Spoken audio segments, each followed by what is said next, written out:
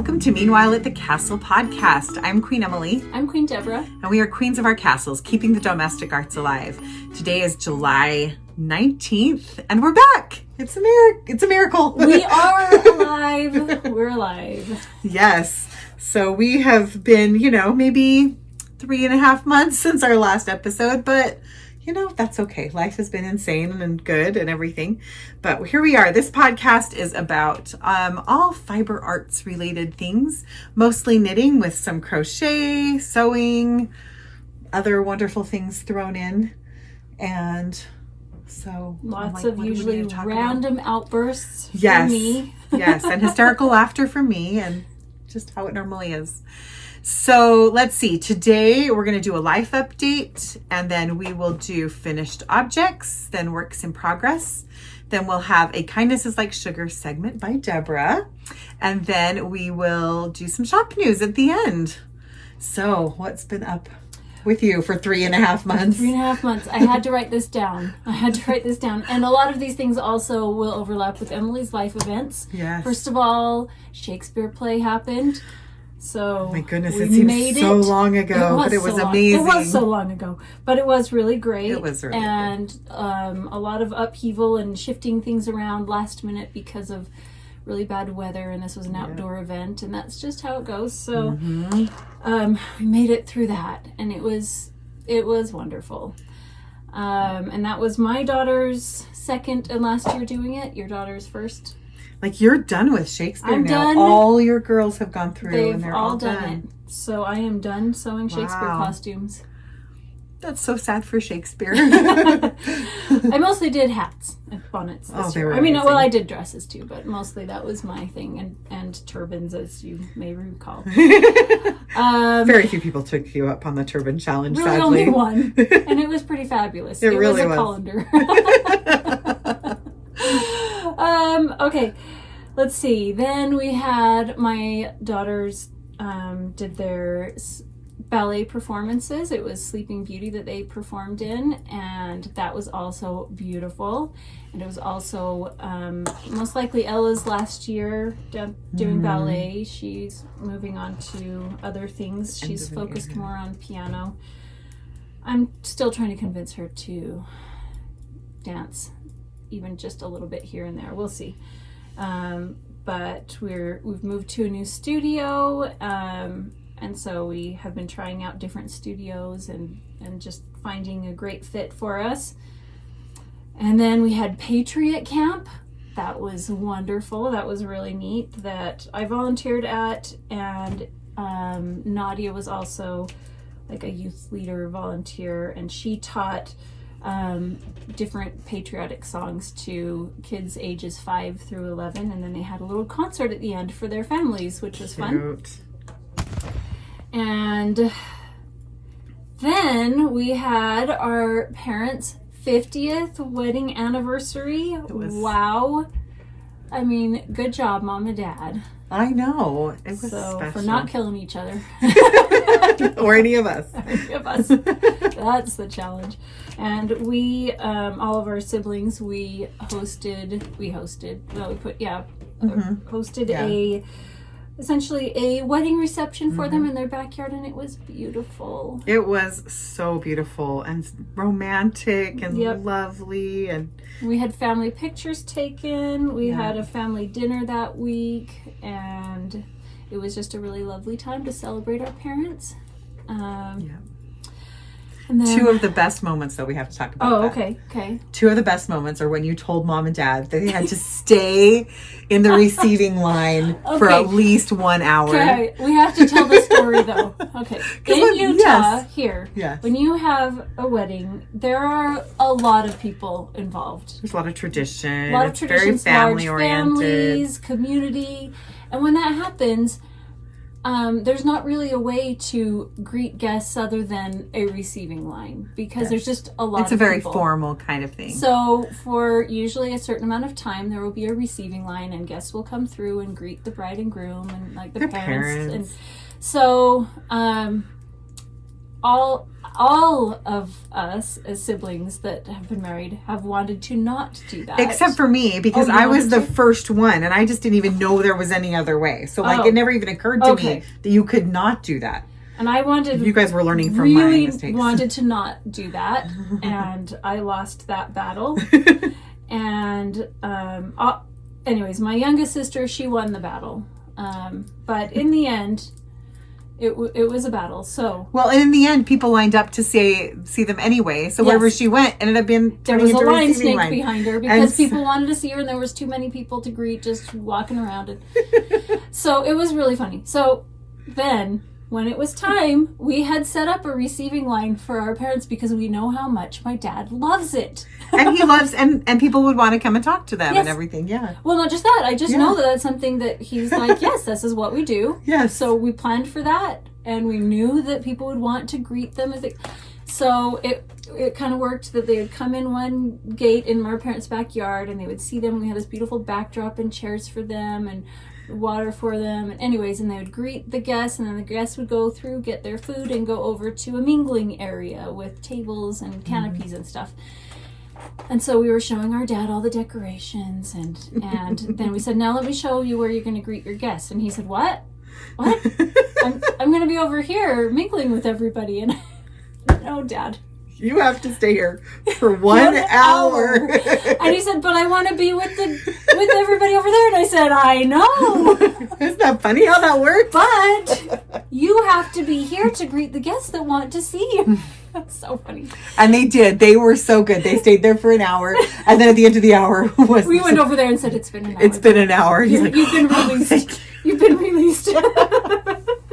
But they were so cute. They fed each other cake and like the whole thing. Is that the second thing you were going to say? Yes. That whole thing was just so cute. That moment. And I thought, you don't get to be there at your parents' wedding. And how sweet was it to be there? It was just like so romantic and just really beautiful fun. And I don't know, just and lovely. It was fun doing that with my siblings too. I really enjoyed it. We all worked together and everybody did, kinds of the things that they like suited their talents and like our brother Drew and his partner Jen, they did the veggie tray. And let me tell you. It was the veggie tray to end all veggies. The veggie tray to end all veggies. But they did everybody had food assignments. Everybody helped set up and clean up. And it was lovely. It was so nice. It was.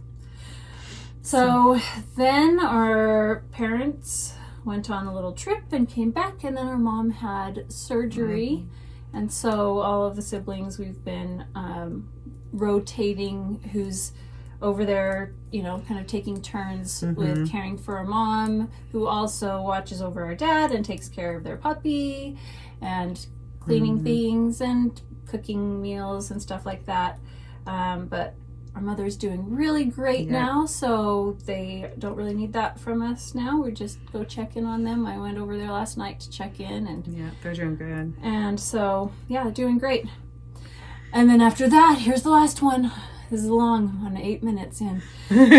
Our knit night, our local knit night, we haven't really been together much at all. I think we did twice over the last year and a half as we could. But we had our annual unbirthday party celebration and it was really fun. It was really fun. Initially, we were having like every month celebrating somebody's birthday when we would get together. And I thought, this is going to be really hard to maintain. And not miss somebody. And so we decided to do an unbirthday party. So we celebrated everybody's birthday at the same time. And we have like a secret gift exchange kind of thing that we do, kind of like a white elephant exchange, but good gifts. And anyways, with an Alice in Wonderland theme. So that was really fun. I hosted that in my backyard. I really like doing that. As you know, I have a few Alice in Wonderland decorations. So I was all set. That's awesome. Emily. So quickly, with all the stuff of talking about our siblings, we've had people ask us that before, but we are 2 of 6 living children. I'm number 1, Deborah's number 3. That's how it works. I'm number 1. All others are number 2 or lower. Well, for the majority of my life, I have been known, not as Deborah, but as Emily's sister. So not true. So not true. It is true. No, it isn't. I've worked really hard for people to actually remember that my name is Deborah and not Emily's sister or Emily. Oh, good heavens. So, or Catherine. Or Catherine. Yeah, Catherine, who's just... She's my, like, twin growing up. Which is so funny, because you guys don't really look alike. But you were growing up, just everybody close in thought we age. were twins, so... Yeah, it's so funny. Anyway, what's been going on with us? So a lot of the same things, Shakespeare, etc. But our family took a big family trip in May. And we did a road trip across, well, from Virginia... all the way back to Utah. So flew to Virginia and rented a car and then did a lot of sightseeing and everything all the way back across. So we drove, it was 3 weeks long. We drove 4,500 miles. We visited 19 states plus Washington, D.C. It was amazing. Trip of a lifetime. It really was. I mean, 10 hotels in 21 days. It was crazy and awesome and just amazing. And I haven't done a ton of traveling. So I feel like I've actually seen more of the country finally now. And anyway, we just had the most amazing trip. Our oldest son and his wife were with us for the first 6 days. And then they flew home. They have lots of commitments here and they flew home. But my other 3 were with us. And it was just awesome. Anyway, since we got back, we have been primarily doing heroic youth stuff. And I've talked about that before. So that's our youth organization that we have worked with for years. Deborah and I are founding members of that. And my husband and I are still heavily involved in it. And it's just super, super busy in the summer. So we're really working hard on that and just all of the things.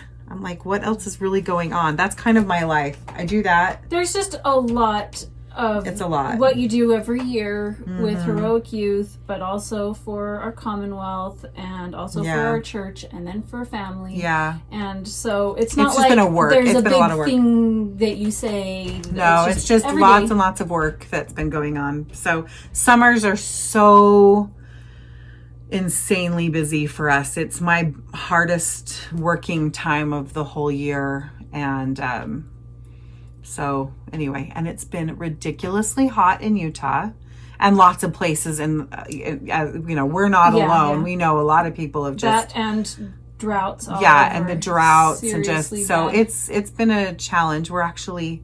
I know it's like talking about the weather, but it's a big thing, right? Like we have had one of the longest streaks of temperatures over 100 degrees Fahrenheit, like record setting for us without ever coming under it. It's just stayed We've also hot. had, well, you know what, I say that we say that every year. So every year we're just setting. I mean, it is. And we had record high in Utah this last week. If I remember, it was 120 Fahrenheit. Yeah, maybe it was in southern Utah. Southern Utah, was it 118 or 120? I know in some places that's like... I mean, Arizona, we're looking at you, but... Exactly. But still, it's been really crazy. So but it's good. Life is good. We're all working hard. The kids are doing great. School starts again in a month. I'm not ready for that. So when I say school, I mean like we homeschool, but public schools are going back in a month. And my Isaac, my third child, he is actually starting with a online charter high school this year. I didn't know that. And so he starts back then too. So that'll be a new experience for us. But it's awesome stuff. Everything is good. My youngest daughter is starting seminary this fall. Oh my goodness. And that's our religious studies classes that we have. Well, it's all over the place. I was going to say locally here, but it's all over the place. But Ella graduated this year from that. So she's finished with that and is going to move on to the adult ones. That's awesome. Alrighty, let's talk works in progress. Now, we'll just preface this by saying it has been 3.5 months. We are not showing all of our, not works in progress, I meant finished objects, but we're not showing all of our finished objects because... That would be ridiculous. Already this is probably going to be long. As you guys know, we're always long-winded. So Yeah, it's not like that's a surprise, but, you know, 3 hours might be a little long for all of us. So we're going to just keep it relatively truncated. So, Deborah, what do you want to show us? Okay. So, I was telling Emily this, that about 4.5 months ago, I started a project of doing dye swatches of all of my acid dyes. And I was doing them on, so every time I would dye yarn, every day that I would do that, I would just throw in 1 or 2 10-gram mini skeins to swatch a dye. And I knew that would really grow to be an enormous amount of 10-gram minis, and I don't need 10 grams. So I wound off 5 into little mini skeins, and I have them labeled with the dyes and the quantity and all of that. And then the other 5 grams I wound into little balls. And having this little box of these really fun, colorful balls of yarn inspired me to knit a pair of socks. So we went on a retreat, a couples retreat that we do each year, Emily and I took my minis with me, and I just started knitting some socks and ended up with my Lucky Star socks. I like how it's Lucky Star socks, but there's a heart. But it's because this one has a star, but I wanted them to be different. And they were very 80s. Yes. And it needed to have a heart on the heel. Absolutely. It just had to. But we were talking about what's really 80s, and I was like, this really is like a roller rink kind of look, but that's not the name for these socks. And anyways, we were thinking of Lucky Star song by Madonna, and that's where that came from. So then I went, I'm gonna have to make this into a pattern for people, and I'm gonna have to dye kits because it's just so cute. Well, these were the little swatches that I had dyed, but this was a yarn by Hedgehog Fibers, and it was called Seed,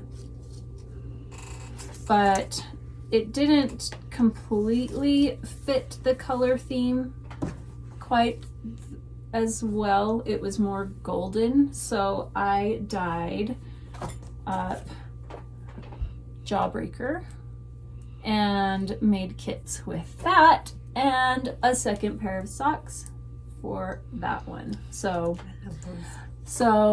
you can see how this one's a more golden undertone, and this has more bright speckles. So I have to show you the box now of my little minis. This isn't all of them, I'm still not done, but look at that. Isn't that so much fun fabulous to see? Oh my goodness. All the heart eyes here. So I have another box of these in swatches with labels and stuff. And some of these are duplicates because I dyed kits and used a kit to make some, and then I also put in a couple of them that weren't mine, you know, like this one has a sparkle base, and this is one that I bought somewhere. But if they were tonals or solids, then they went in this box. But the majority of them are the ones that I swatched. So this is the box of joy and happiness right here. So that's my first 2 finished objects. And I love this, I'm just gonna say, because while it looks complicated, it's not intarsia, whatever. I would say intarsia. It's duplicate stitch. And duplicate stitch, I'm just gonna say, is a new favorite of mine. You can just put it anywhere, on anything. You can add it after the fact. Just after the fact. So you knit the sock, you knit the heel, and then you duplicate stitch this over, which reinforces the heel. And I made a tutorial, which is on my website, on how to do duplicate stitch. And it's not hard, it's really fun. So technically this is not 2 finished objects. This is more than that. 3. It's actually 4. Well, I don't know. Because this is a finished object. Yes. My pattern. I'll show you the pattern. That's important. I have to say, so the pattern, this is my first sock pattern, because I've designed a whole bunch and never published any, because I'm like, socks are just, not something I really wanted to do, but this one I had to do it. And it's just a fun pattern. It's just colorful and fun in there. And then on the back, I have different color combination suggestions that are really rad 80s colors. So this one is fun. So this is the printed pattern that I sent out with the kits, and then you can just purchase the digital copy. But this one's like in a little booklet form. So cute. Super awesome. And Nadia can now wear totally these radical socks because I have a pair for me. I have a pair for Nadia. She's gonna be happy because she has been waiting for 3 months for these. And now it's summer, so she won't need to wear them. So in the fall, they'll be ready. But I did take pictures of Nadia wearing them and her best friend, and that was the most fun. So I went to our local thrift stores and dug through for 80s clothes that I could, put on my little tiny girl. And I thought, I had something in mind that I wanted and I couldn't find that. And I just threw that idea out and went, okay, what here is 80s? And once I threw out the idea of what I was looking for and just opened it up to whatever, I had a cartload and it was so hard to narrow it down. And I came home with 4 outfits. We ended up using 2. And I'm really sad that she doesn't want to keep wearing it because she looked so good.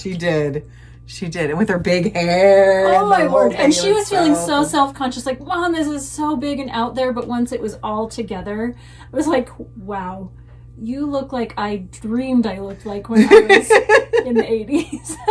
Oh, I hear that. So she loved it, for the pictures, but she's not interested in continuing that for some reason. My favorite item of clothing that I ever owned in the 80s was a balloon skirt. Oh, do you remember balloon skirts? They had another resurgence of popularity back in the early 2000s. It was amazing. It was an amazing skirt. I loved it. Fabulous. Anyway, all right. What about you, Anna? I have lots of socks. I'm just thinking where to put my sock blockers.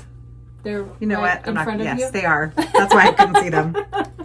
So That's how my kids see things. I've been working yeah. That was how Richard was seeing things when I asked him to get something for me out of the pantry yesterday. That was when I was trying to find the bacon, and he's like pulling open all the drawers, looking all over. Where's the bacon? Where's the bacon? And I walk over and right in front of him, and it's like right there, and I'm just like, right here. He's like, it's so annoying when people do that too, isn't it? But he does that to me. I know, that happens to me all the time. And I always say, you planted that. It wasn't there. You planted it. Oh my goodness. Okay, let's see. So I finished several, but here's these socks that are for the Rainbow Sock Chronicles. So these are my peachy orange ones. So these would have been March. Yeah, that's the one I pulled orange out of my bag. Yes, that's right. Orange. You did this one right here. I think is that your orange creamsicle colorway? That one is grapefruit. That's grapefruit. I'm trying to remember. I think this is orangier than grape. I don't know. You would know better than me. Why am I correcting you? It was a mini skein. It was a awesome. mini skein, or was that a leftover? No, it was a leftover. Okay. But it was great because right here as we were podcasting, she pulled it out. Then that one would have been orange dreamsicle. Yeah. And so I finished these up and they turned out great. And they go with my wherever they went. Never mind. I don't know where right here. Right in front of me. I've got my pink ones from January and my red ones from February and then my orangey ones from March. So there you go. Yeah, I did January and February. And then you decided. And then I started doing the Lucky Star socks, and that was it. Sorry. No more rainbow socks. I'm not sorry. Yeah, don't be sorry. I'm very thrilled with what I made. So here's the next Lucky Star socks. Because we went from white to black and neon. Those are so And fun. Angela, which I believe is Angela Loves to Sew on Instagram. I'm trying to remember. She was one of my testers, and she suggested doing a dark with neon pair for comparison. And I went, that is a brilliant idea. And I saw hers and I went, I love it. Thank you so much for the suggestion. And ended up dyeing kits that I called Roller Rink. And I just, oh my goodness. They match my nails. Love these so much. These are my favorite. Cute. These are my favorite. They're so you. Angela, brilliant. It's all her fault.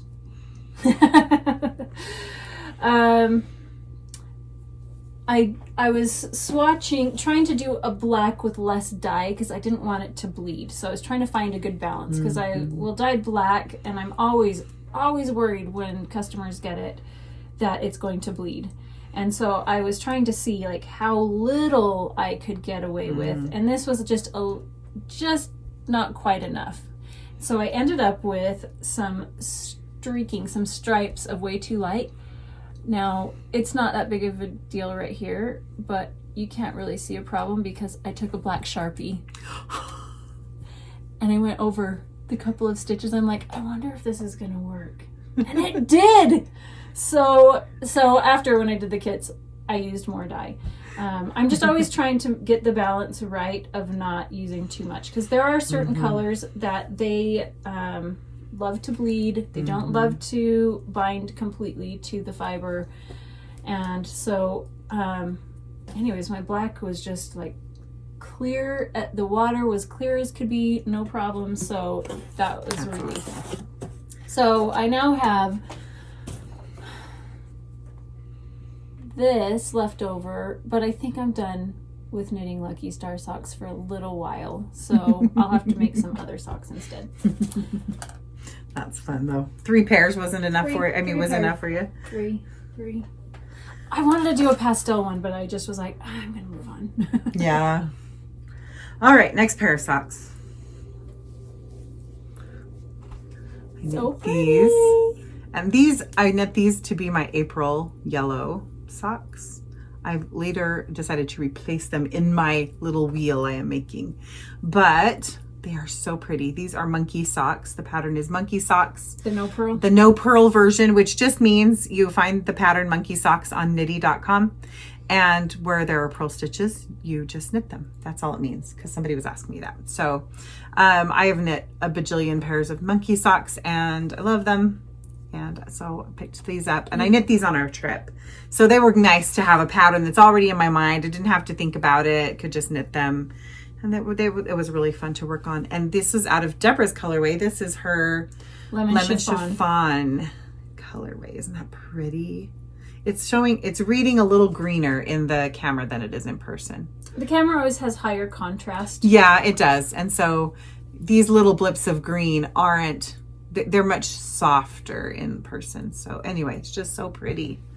Aren't those? Oh, there's something so satisfying about all those perfect little knit stitches. Yes. It is just, I love it so much. You can just see them all perfectly laying there. I do love all that. lined up. It's just dreamy. I love it so much. For a long time, I did not want to knit any patterned socks because I just loved stockinette. It was just so I always did vanilla socks for a long time, and I haven't really done vanilla socks much for a long time. To me, the only point of a vanilla sock is if you're going to knit it in the movie.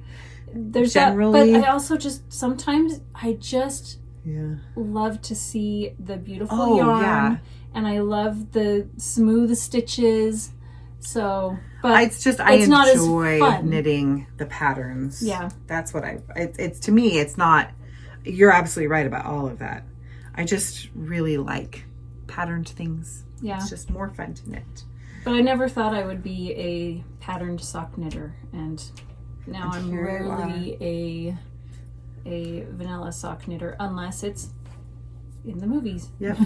Yep. Or like, okay, I'm in a meeting or something and you can't focus. I don't know, in a meeting. I'm trying to think. I don't have meetings anymore really that I go to that I knit in.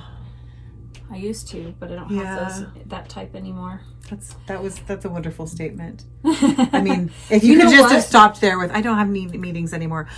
No, meetings anymore that are conducive for I know what you mean. But my crazy busy time of the year is usually January through April. Actually, it's like February through June. February through June is like the intense time. So we've finished that. But not only have we finished that, we have finished. You've graduated we've from graduated those activities. from that. except for one, but I think that being at a different ballet studio, theirs isn't as intense. It was intense. This was the most intense year ever for ballet. I feel like a lot of things have been that way though, because trying to make up for last year. It's like so many things that you're involved in are just going over the top. And I mean, some of the things I'm involved in and planned, I've done the same thing. So it's everything. Well, and they're all happening at the same time. And that's what I remember last year when things were opening up again, like from having complete lockdown, you know, shut down. I was so worried when it opened that everything, because I schedule things out throughout the year so that I can do them and they don't overlap, so that I'll have the time to do them. And I'm like, now they're all going to come due at the exact same time, and then we're going to have to decide what can we not do. The things that are really important to my children, they're going to have to let go of 3 of them. You know, like, and that's hard, and that's what happened. So yeah, and then this year is like the year of over the top. Yeah. It's just been a really crazy one. But anyway. Yep, I've actually been working so hard to learn from last year and let go of things and not live the life of over the top moving forward as much. So, but it takes time and it is hard and it doesn't always work. So, more socks. Yay. Speaking of vanilla socks, vanilla shorty socks. Now I forgot who won this skein. Who won them? I had all of my children. They all went through my yarn, my sock yarn, and were picking out which ones that they wanted. And all 3 of my girls wanted the same yarn. That's so funny. And it's probably at the bottom of all of the yarn in favorites for me. I hated it. Abby would have loved that too. But I dyed it and I was like, that's terrible. And all of my family was like, that's amazing. So I kept it and they all wanted it. So I can't remember. I think Nadia won. They will correct you. They will let you know. They will let me know. Yes, I'm pretty sure it was Nadia. And I think this is my new favorite. I mean, super simple, but just adding a little bit of a white or, you know, whatever contrast stripe here before I finish the foot and then do the toe. I really think that's super cute. I don't know why, but I really like it. Yes, it is Nadia. She wanted a slight, instead of it being completely shorty socks, she wanted it to have a slight, like, maybe it was Ella. I don't know. But it won't really matter because I've got like 60 grams left, so I can make another pair, but it's going to be a while. I actually didn't. Well, now that they're done, I don't hate them. They're definitely not what you would choose for you. It's just more camo looking. In the skein, it looked like camo yarn, and I'm not a camo girl at all. But knit up, like, it looks great. It looks great. I don't know what my problem is. It's just fine. So, just vanilla socks. I'm like, you know, I do 60 stitches. That's because we all have skinny feet and ankles. And I usually do like 22 rounds of ribbing, but this one I think I just did 15 and then knit like 1.5 inches and did a slip stitch heel flap and gusset, like, and a wedge toe. That's pretty much my recipe for all of my socks, except for it just depends on length. So very nice. That's what I did. All right, I'm trying to do these in order. So my next ones were for May, and I did these. And I bought this yarn when I was on my trip. Wow, those are loud. Those are really, really loud. You know what? I was gonna say they're not that bright in person. Actually, they're pretty bright. They're but again, bright. the contrast. Yeah, the contrast is always higher. Yep. And they are ribbed, just a ribbed sock. And now I feel really dumb because I have forgotten the name of the yarn. And you can't look at me because I can't even remember how old I am. So, well, yeah, it was somebody from Alaska. Where would I have put the label? That's the big question. I don't remember. Now I feel really dumb. But maybe it's good because this yarn bled like crazy. So I was knitting it on my trip. And, you know, in the car, you know, it's a road trip. So I was knitting the whole time that we're driving. My husband loves to drive. So he drove the entire time. I love to not drive so I can knit. So it's a great combination. So anyway, and at the end of the day, the tips of my fingers, I would have a ring around, well, let's see, around this hand where I tension my yarn. Wow. It was just like stripes of color on my hands. And so it bled quite a bit. So even when I washed them, they bled. And I haven't, nobody's worn them yet. These will probably end up being for my husband, who is not a crazy socks guy. He is very muted. We've talked about this before. For Richard? We have this really silly made up family holiday that involves the giving of socks. And I bought him a pair of socks with octopuses on them. He wears them every Sunday to church. Wow, that sounds like him. He likes to be quirky. Yes, I'm like, okay, it's time for him to be more quirky with the socks. So these are probably going to be for him. You're going to have to do some duplicate stitching of some sort of crazy thing on there. Oh. Except for it's a rib. It's a ribbed green sock. But anyway, the point being, whenever I'm ready for him to wear them, I probably will have to process these with some more citric acid or something to get the dye to actually set. Yeah. Because it's just not quite set. But, it's soft and lovely. And I love the ribbed sock. I just did, and I didn't do a different cuff. So it's just a rib from the cuff all the way through to the foot, not on the bottom of the foot. And it's 3x1 rib. So it turned out beautiful. I love how that they worked. do look really nice. And it's the kind of thing that I could still have a little bit of pattern in, but is more something that my husband would wear. Yeah. So while we're on this subject, we should discuss bleeding yarn. Yes. Because I see a lot of people recommend different things about how to correct it, and it doesn't work. So most people just say, well, when you block it, just soak it with some vinegar. Mm-hmm. That's not going to do it. It has to be heat set. Mm-hmm. And so you could soak it in a vinegar water solution and then heat set it. But unless you do that, it's going to continue to bleed. Correct. So you can do vinegar. If you have citric acid, you can do that. Now we're talking about animal-based. So that would be if it's wool, silk, alpaca. Yes. Then it would be this. Cotton fibers, those just are notorious for bleeding until the color's gone. Kind of. Not 100%, but... so if you have a project that is bleeding, then I would do that. Soak it in a acid-based solution, which means it's acidic, so citric acid or vinegar. And so maybe for a pair of socks, put in 2 tablespoons of vinegar or something like that. A tablespoon of citric acid. It's just random amounts there, but you can do that, and then you have to heat set it. So you can heat set it a couple of ways. If you're going to heat set something, then whatever you do that in can't be used for food again. So that's the issue, because if you're going to put it in your pan, and because of the type of dyes. Because of the type of dyes. So now you shouldn't be using aluminum pans, but I'm going to tell you the first 8 colorways that I dyed just experimenting, I did it in those disposable buffet aluminum pans. So you could just do it in that. You just can't do it over a burner on the stovetop. You can do that in the oven and put it in the oven, and I think it was 350, and let it steam. You're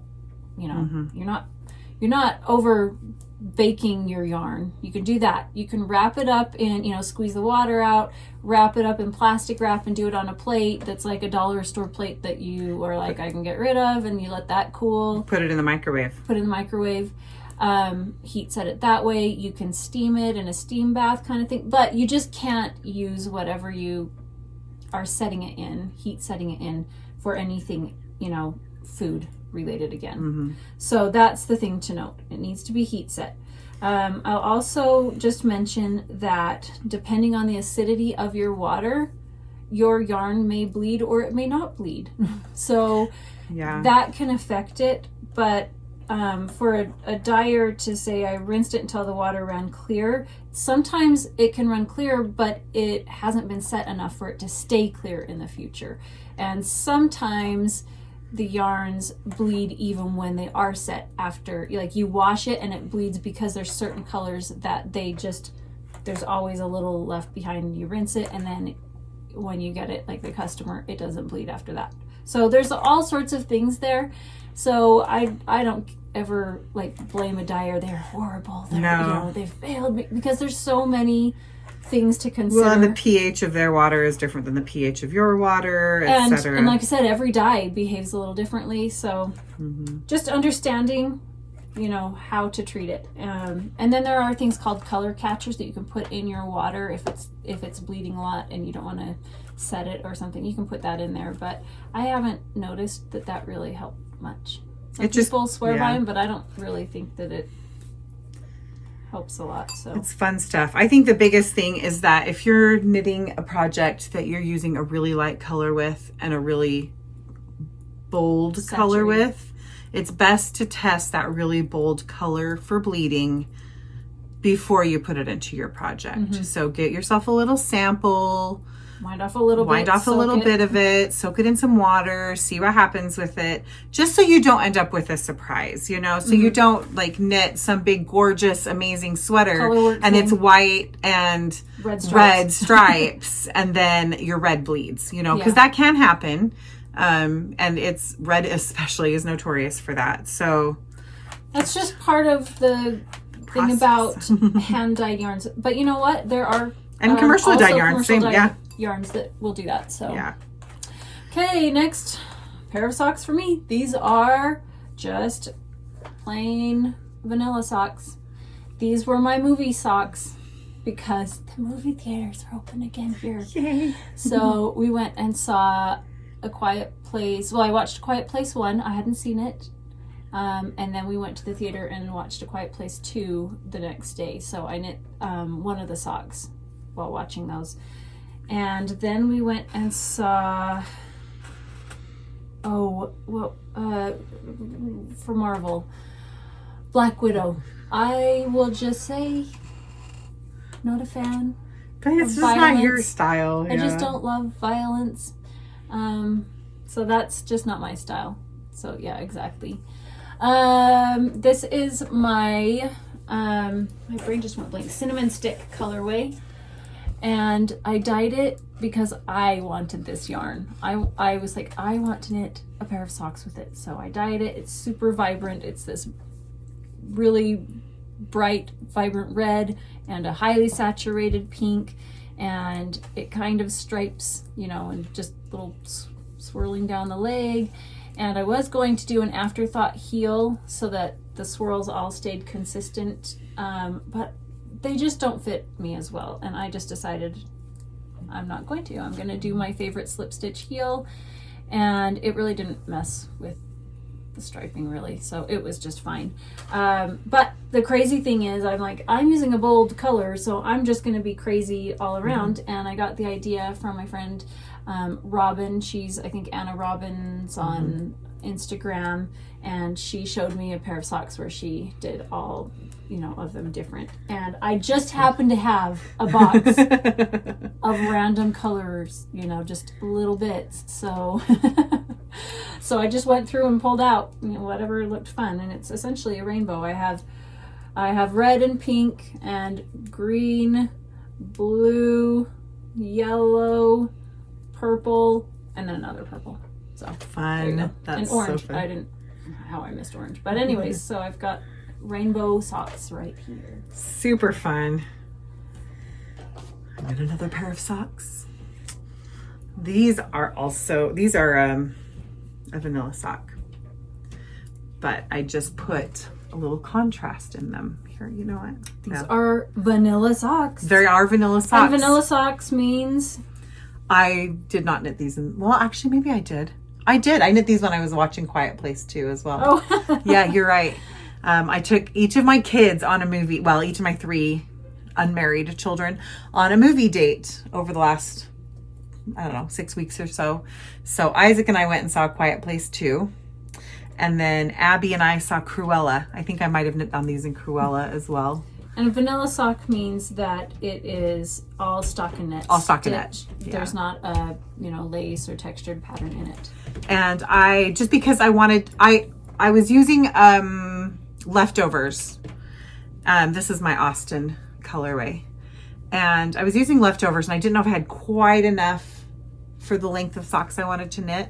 And I thought, well, I'll just stick a little contrast in, and instead of doing, usually you knit like a speckly sock and then you put a solid or semi-solid in for your heels, toes, and cuffs. And I decided to do it the opposite way. So I had this little scrap left over, which is a turquoisey with different colors in it.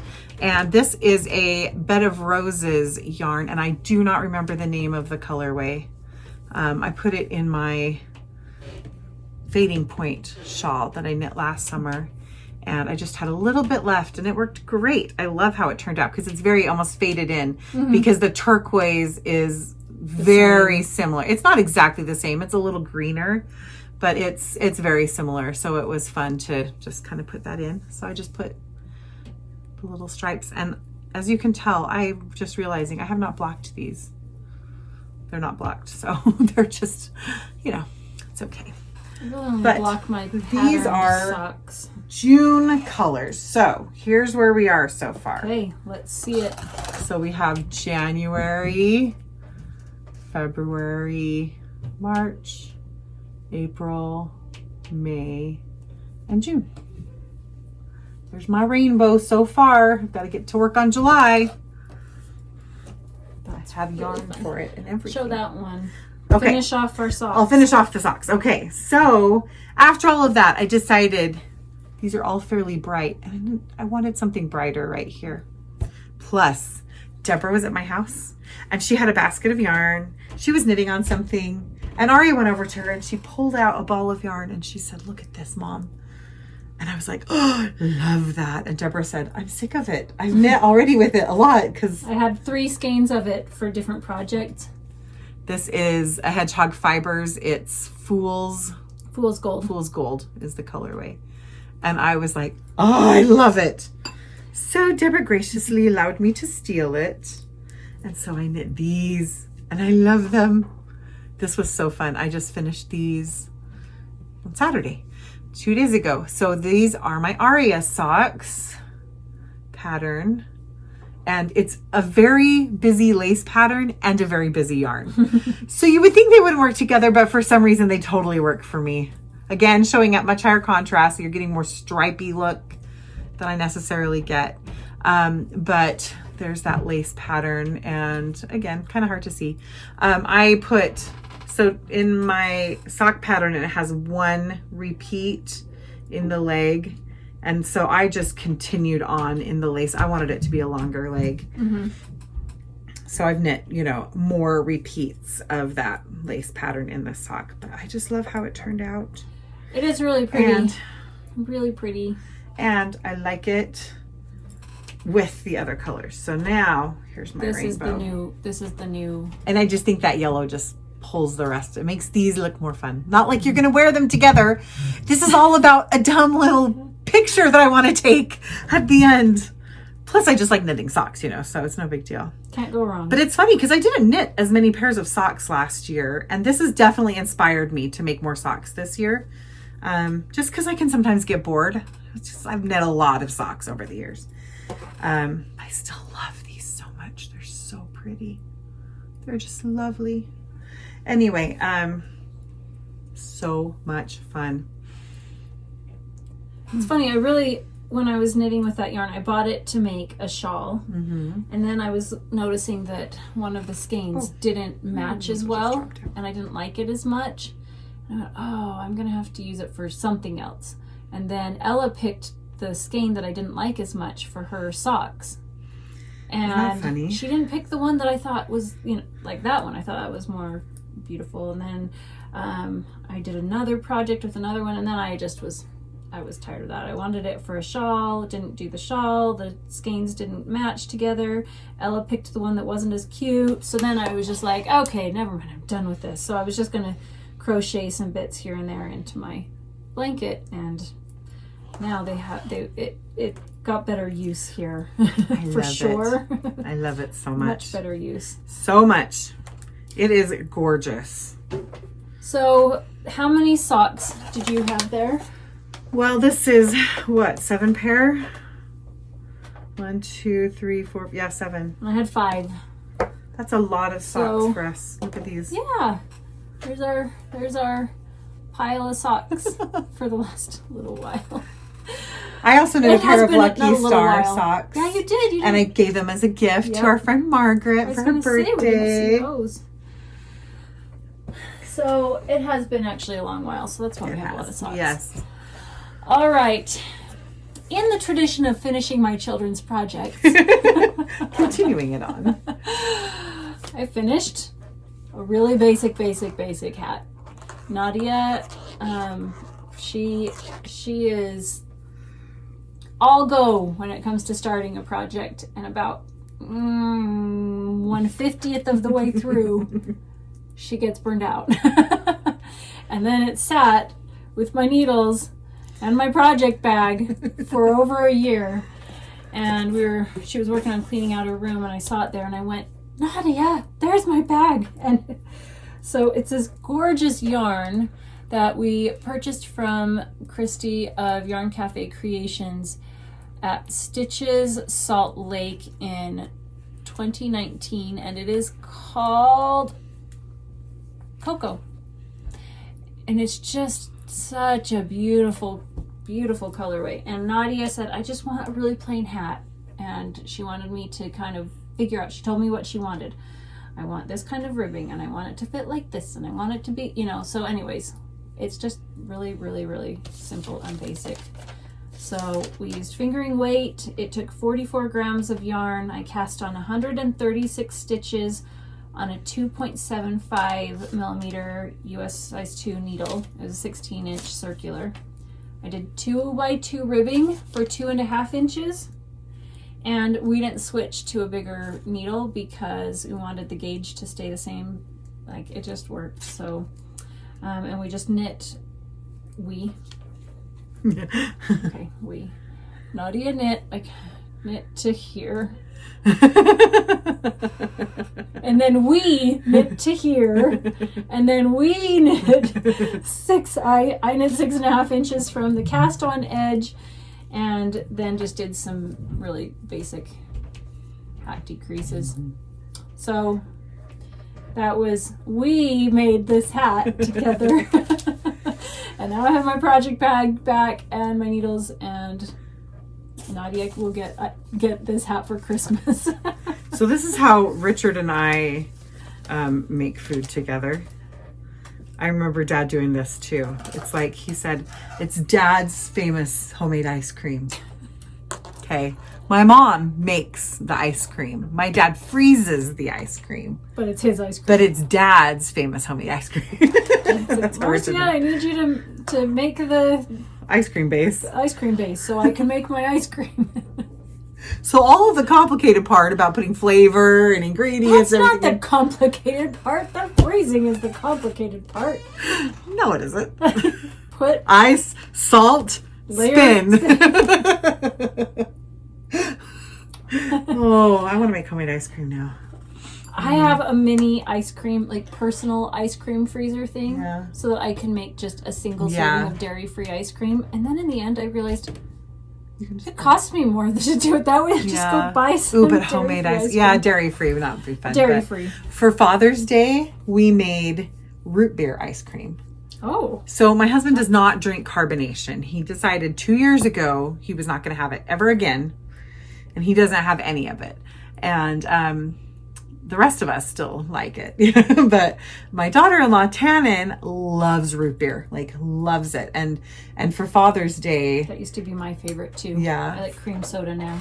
For Father's Day, for all the dads at our church, we made a little gift, and it said something about you're an awesome dad or something. You guys did that too? Yeah. We did a dad's root beer. I wanted to do the dad's root beer, but you couldn't find it anywhere because everybody else already bought it.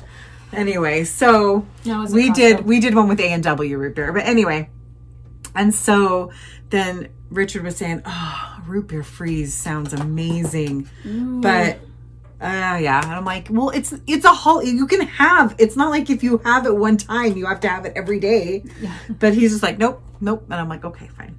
So then we started talking about making homemade ice cream, but because we make homemade root beer sometimes. Yeah.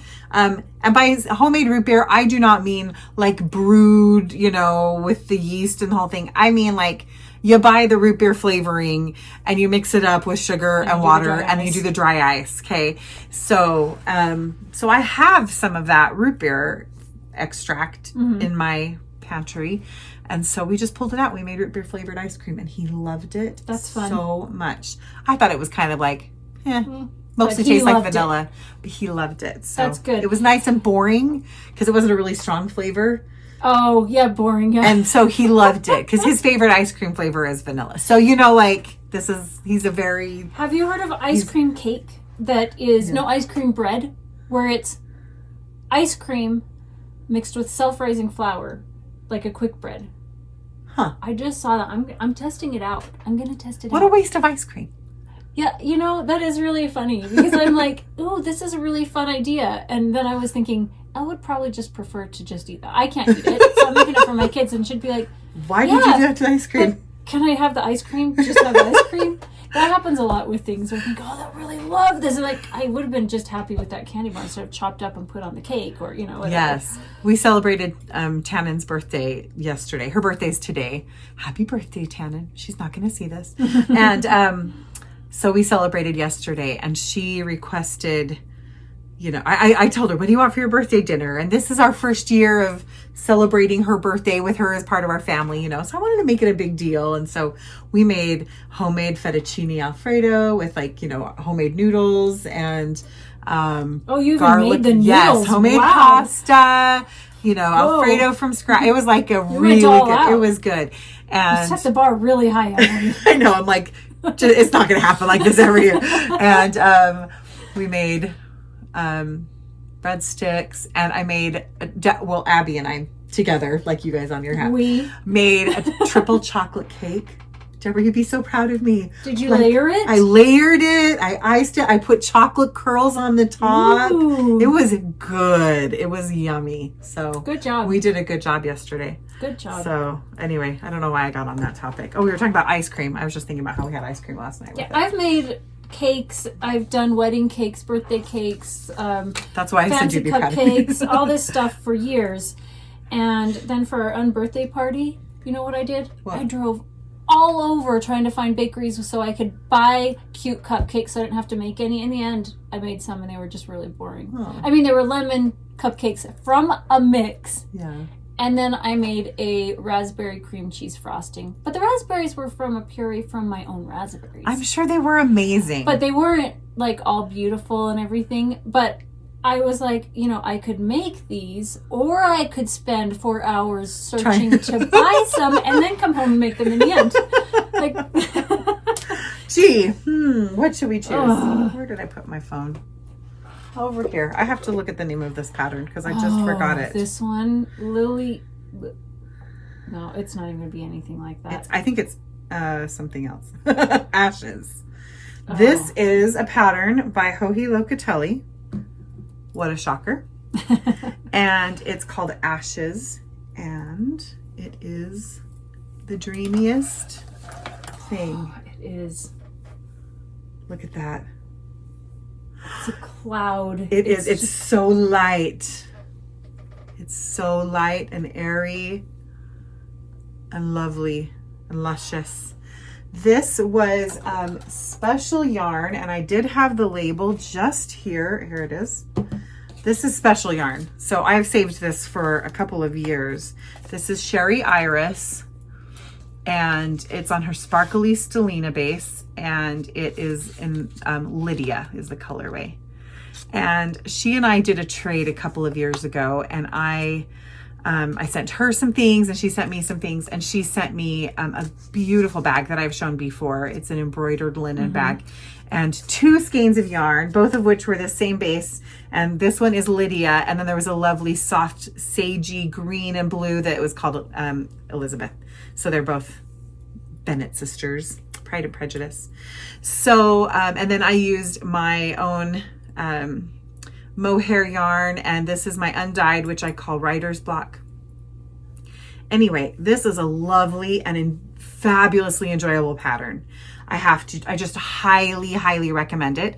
It took 2 skeins of mohair. I didn't use all of it, but quite a bit of it.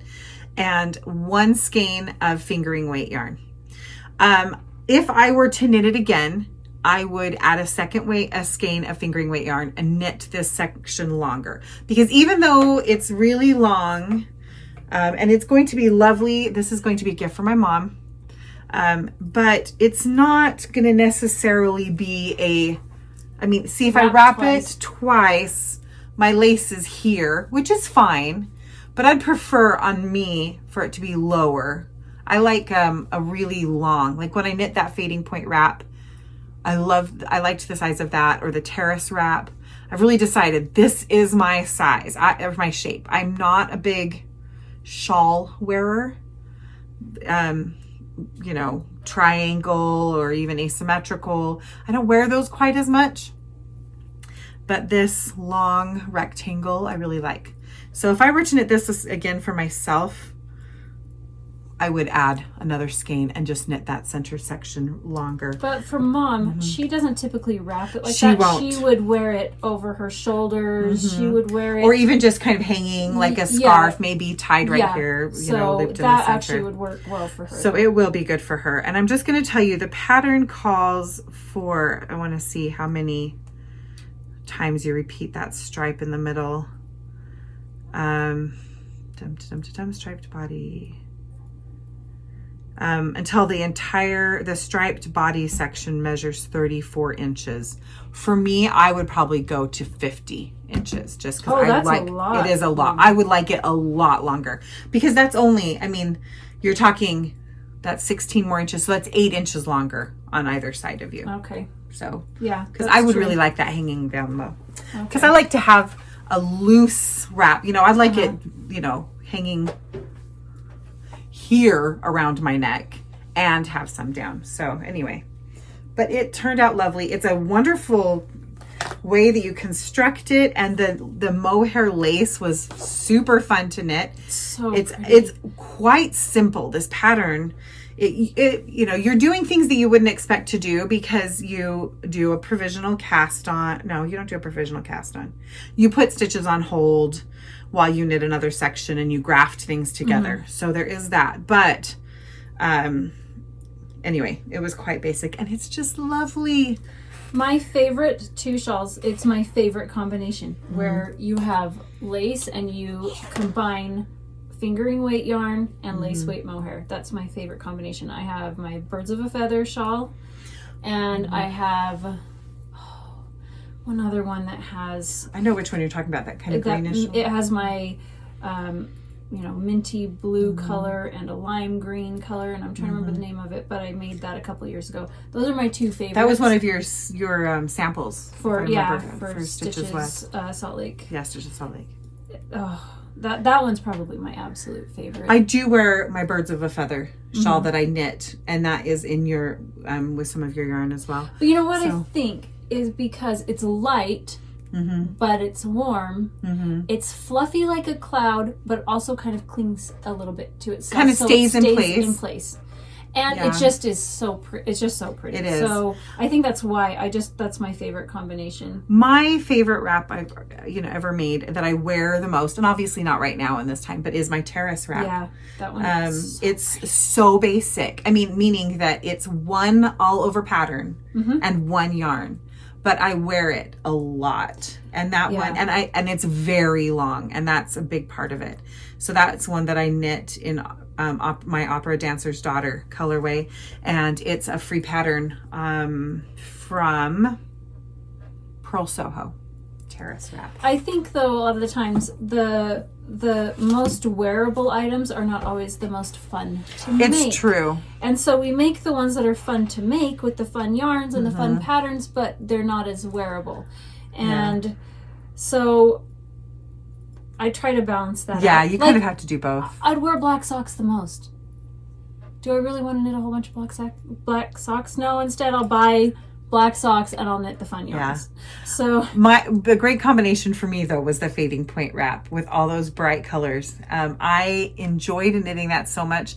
I think there's something too when you start a project on vacation, like it carries that with you. You know, we went camping as a family last year for the first time really in a number of years, and I knit that. I took that project and I picked out all my favorite yarns, like ones I've been holding on to, and it was just a pleasure. And I did wear it a lot last year. So that's my favorite pair of socks are my striped ones that I have. I just pulled out all of the colors that made me the happiest. And they're all just scraps or little minis, but here and there.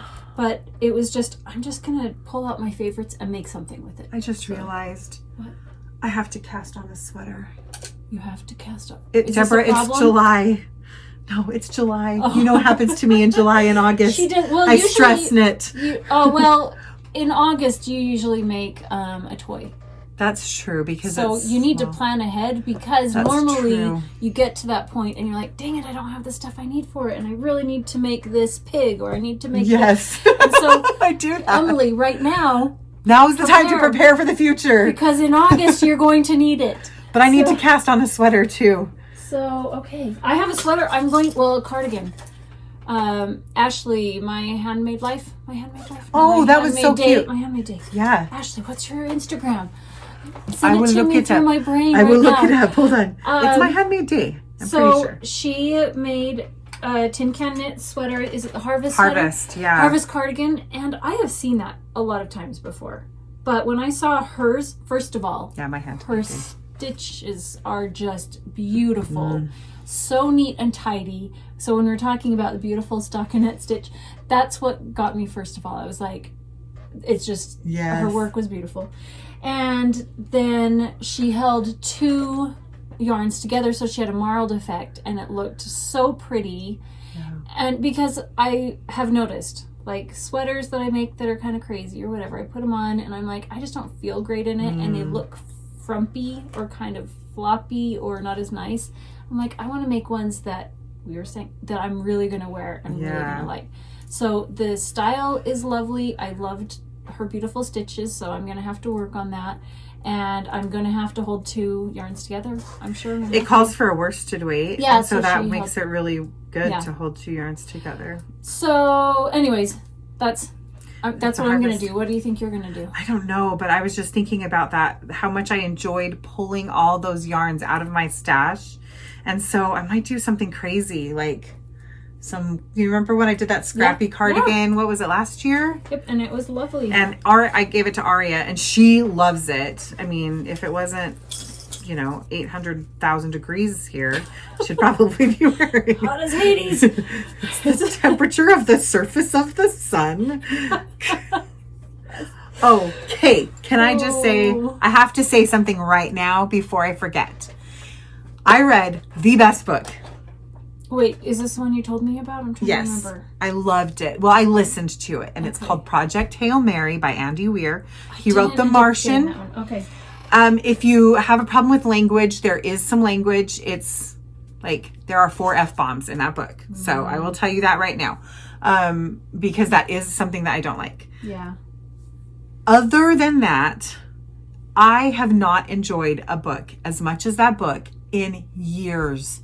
I loved it so much. And it's sci-fi, and it's quirky, and it makes you cry, and it makes you laugh out loud. You will be talking to the characters in the book out loud while you're listening. I do that. But you do that a lot. I was having full-on conversations. At one point, I'm upstairs doing the dishes, and I'm going, oh no, oh no, oh no. And Abby, my daughter, is downstairs. She's like, what's the matter, Mom? She comes running upstairs. I'm like, oh, I'm so sorry. I had my headphones in, so I wasn't realizing how loud I was being, but I freaked her out. I finished the book driving back from Heber one day, which is like an hour away drive. And I just literally was like out loud by myself in the car.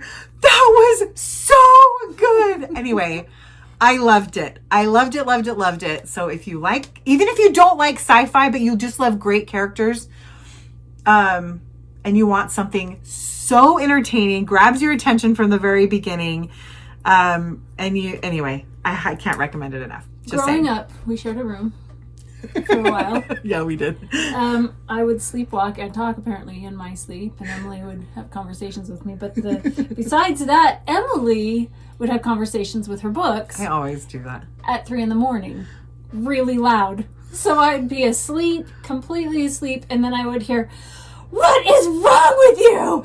And then she'd throw the book, and then she'd go back and get it, and then come back to it, and she's like, "No, talk to don't books. do it, don't do it." I talk to books. I talk to movies. I just do. I can't. I'm I so talk all to- into it. I talk to movies. I do that, but Don't go in there. What are you, an idiot? What are you thinking? Pretty much. And this would happen all hours. And you know what? It was just fine. I think it's fun. I have conversations also with them, but I don't get as intense in my conversations. Well, but that just describes us in general. Like that. Most things for me are intense inside my head. Yes. Outwardly, inside I'm screaming with joy, and outside I'm like, that's very nice. And Emily, I just am an inside open and outside are the same. Are the same. I have no thought in my head that doesn't parade right across my face. Like you can just tell what I'm thinking. And sometimes I'm not thinking about what somebody's saying, but like remembering something. So I remember once talking to Deborah, and as she's talking to me, I remembered something. I don't remember the part of the conversation, but it's like I forgot to do something, or and I just went. It just was in my face, and she's like, "What did I just say? You look horrified." And I'm like, "Oh, no," because it's just if well, it's in another my time mind. also I'm like, wow, she's really laughing at me, and I'm telling her something serious, and I can't believe she's mocking me right now. And you're like, what? And I also have 10 things happening at the same time. So anyway, it's just kind of funny. All right, What I was have I another turning finished to? object. Yay! We were talking about sweaters. We were talking about things we want to make. Okay. You finished it so fast. It's still drying. Oh, okay. It's still slightly damp. Emily made for my birthday a cowl that I have been wanting to make, Which was like 2 episodes ago, so Yeah. it's So it's a Small World After All cowl by Tanis Gray, and I love it. I've worn it quite a bit because I got it in January, so it's still winter for a long time. So I wore that quite a bit. But I still wanted to make one because it just looked so much fun. So I dyed some yarn. I wanted to do one different though because Emily made me one that was, like in similar colors to this color scheme. So I wanted to do something completely different. So I dyed up a new colorway. I haven't released it yet. I will be releasing this one soon, and it's called Berry Burst. And I love this one so pretty. so much. So I spent some time like combining some different colors, trying to get the depth that I wanted. I really love it. And then I did a kind of pastel-y, minty green color for the background. So here is my, let's get it back to here. Here is my finished cowl. It's so gorgeous. It was really, really fun to make. Really fun.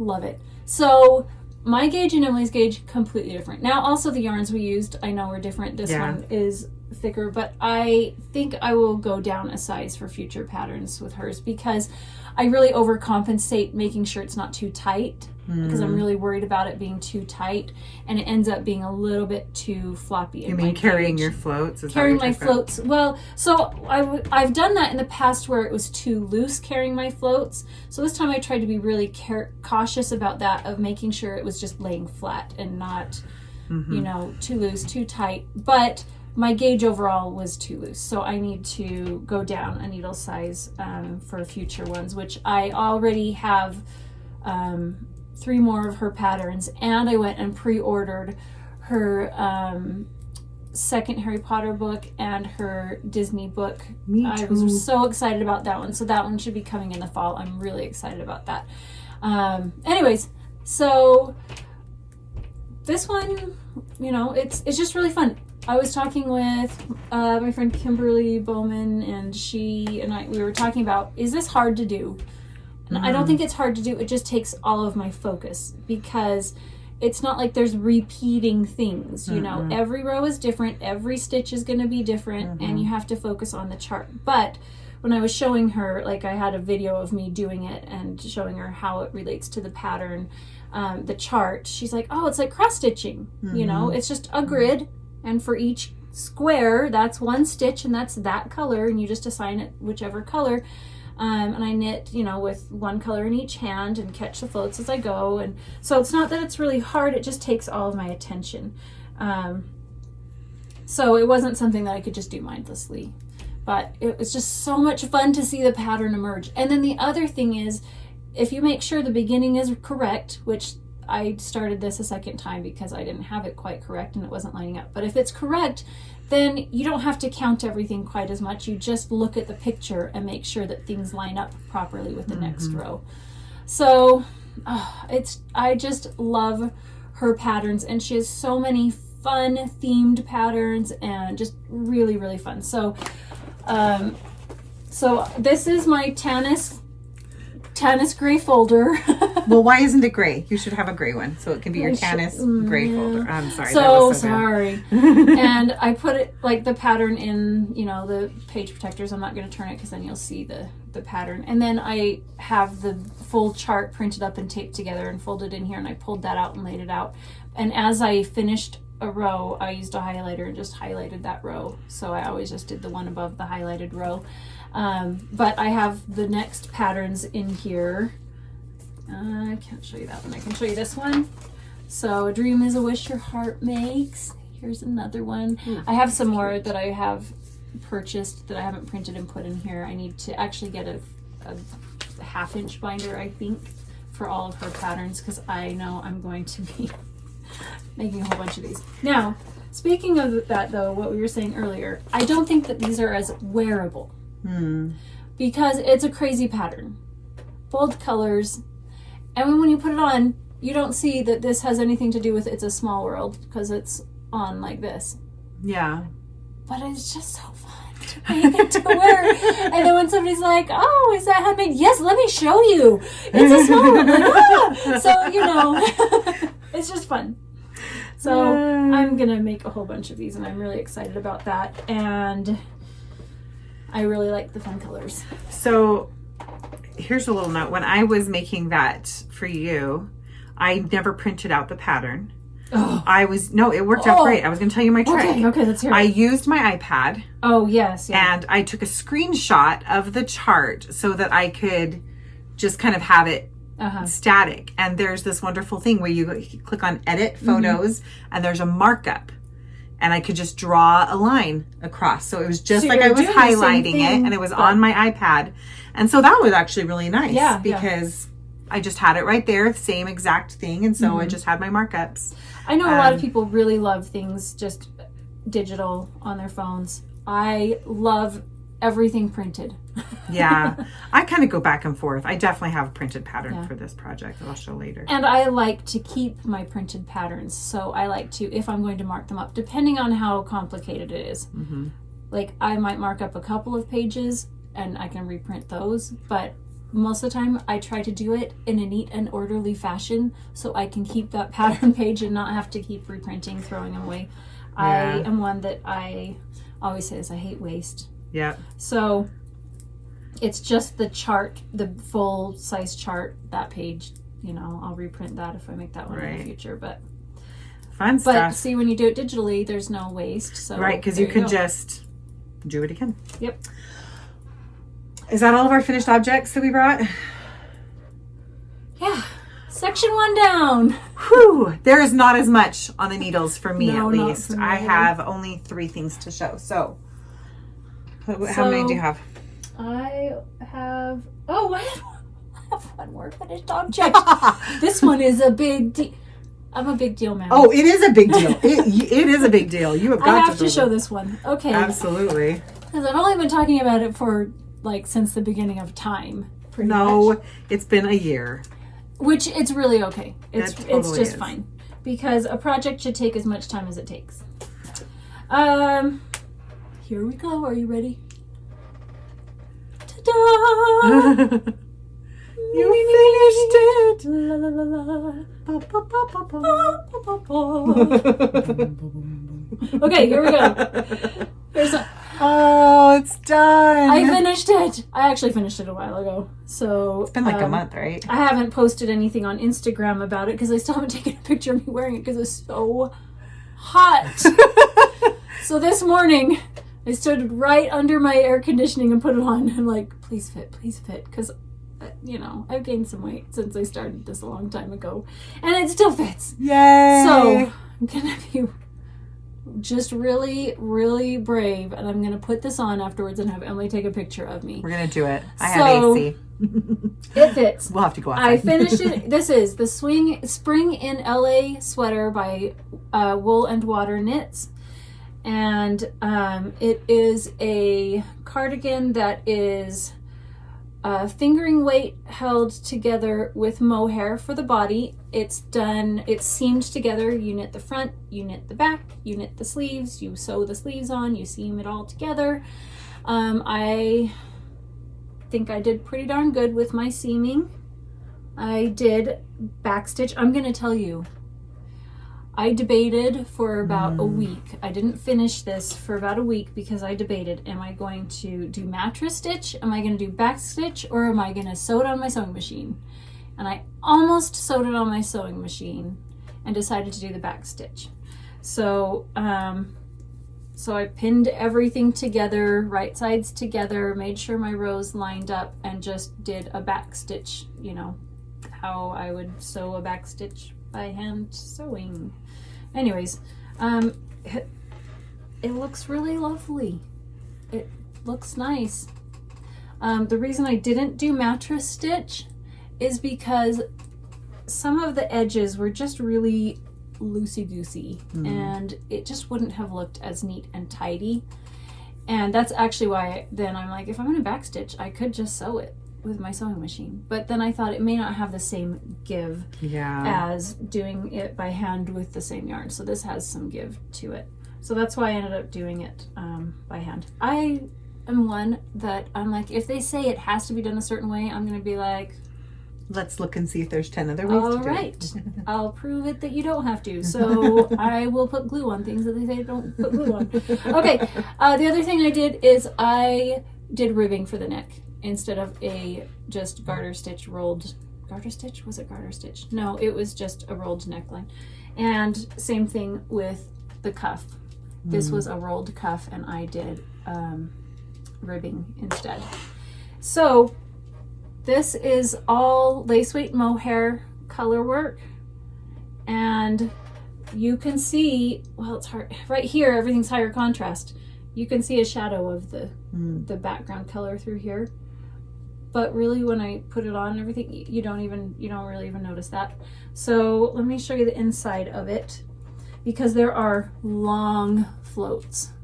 And on the longest floats here, I did catch, and you can see it there. I did catch it there, but I don't really have a problem with that because I didn't want a really long float there. But for the majority of the long floats, I didn't catch it because mohair clings to itself and it just holds itself down. It looks cool. So there's long floats here that it's like, I can't really even, it's just stuck to itself, So there's the inside. And this is a we project. A we meaning we made it. Oh, I did not do that much. Emily did one of the sleeves. She did from... like a third. It was like a She third. did this much of the color work on one of the sleeves, and then I did the other one because she said it sounded really fun. And I said, great, because I'm really burned out. And so she did that. But because of that, our gauge is slightly different. Oh, no. And I have a slightly... When I blocked out. When I blocked it, they were different measurements, but they're the same now. Well, there you go. Doesn't even matter. So, it's nice and poofy sleeves. I'm proud of myself. I did it. I can't wait to see a picture of you in it. See you in it. Did it. Done. So now I can start another one. Because I said I never would. I am. Another one meaning a sweater? Another sweater. Oh. I was like, I'm not a garment knitter. Well, I think I am. I'm just not a fast one, and just be okay with it not being fast. Ooh. Sorry, I'm just still thinking about a sweater. Now I'm thinking I need to use some of my fun and crazy fingering weight yarn, but hold it with a strand of one other yarn. So I get a marled effect too, but I can have like different colors, but I'll have the other marled yarn be the same. On my phone, there is a pattern, and like a color block, something. It's not color block. It's using your scraps. And this, I purchased it and I've printed it and I have it ready to start. But what it is, now I've got to find the name of it. Anyways, it's, you use a solid, hers was like a DK or worsted weight, like bare yarn. And then you just use whatever scraps that you have, and she shows weaving in as you go. And some of her scraps, she knits like this much.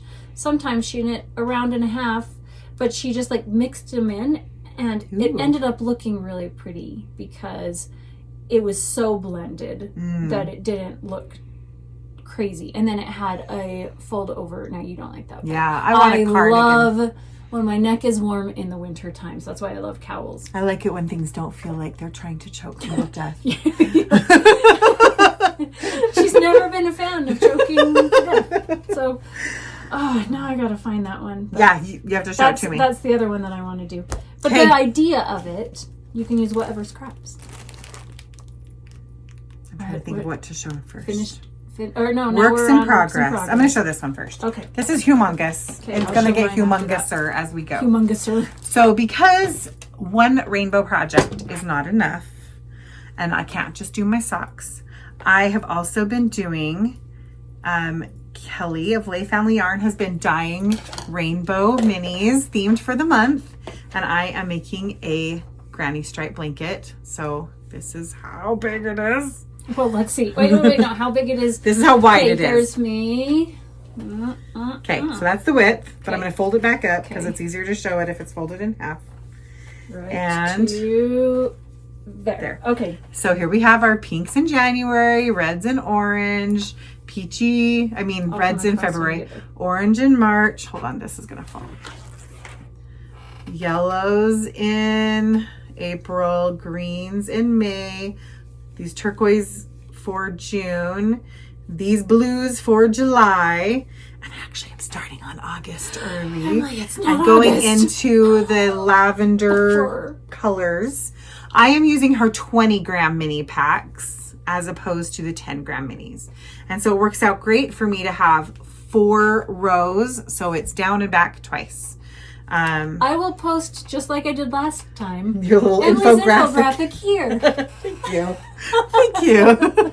We've talked about this a lot in our little, our little chat, our little friends chat. And we've asked probably easily 15 times. So the last time she said 239 chains. I made an 3.5 millimeter hook. That's how I do it. And then, anyway, but it's so fun. I do not think I am going to do all 12 months because it's already getting quite large.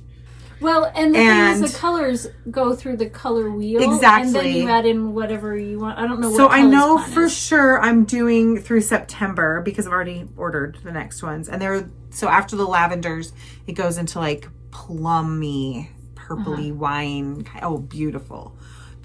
The 20-gram pack. Kelly's colors are beautiful.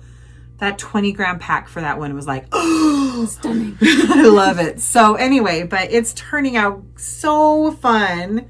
Sorry, Deborah. It's fun. Here. I'm just Emily's sister over here. Anyway, isn't that fun? There's some of these colors that individually I would not have loved. But when you put them all But when they're all together, and especially once I added the blues. So like up to this point, I was like, oh, it's nice.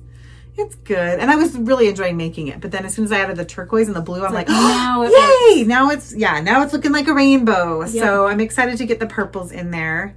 And between, I've put one in so far, but between the rest of August and then September's colorways, that's 9 more stripes. So 1, 2, 3, 4, 5, 6, 7, 8, 9. That's this much more length. So I really think that's going to be plenty not, sufficient for, you can always do 'cause one it's more a, or whatever. yeah, I could always put a white border around it or Which something. that would look really nice. It would. I think it would frame it out. Nice to do a speckled border. Or yeah, something like that. So anyway, but there is just something so lovely about this exact weight of blanket. It is the perfect, so I've done a granny stripe blanket, same size, all the same specs to it before. And I did 60 stripes with that one, which would have worked out to the 5 stripes per month for 12 months. And it's definitely a bigger one.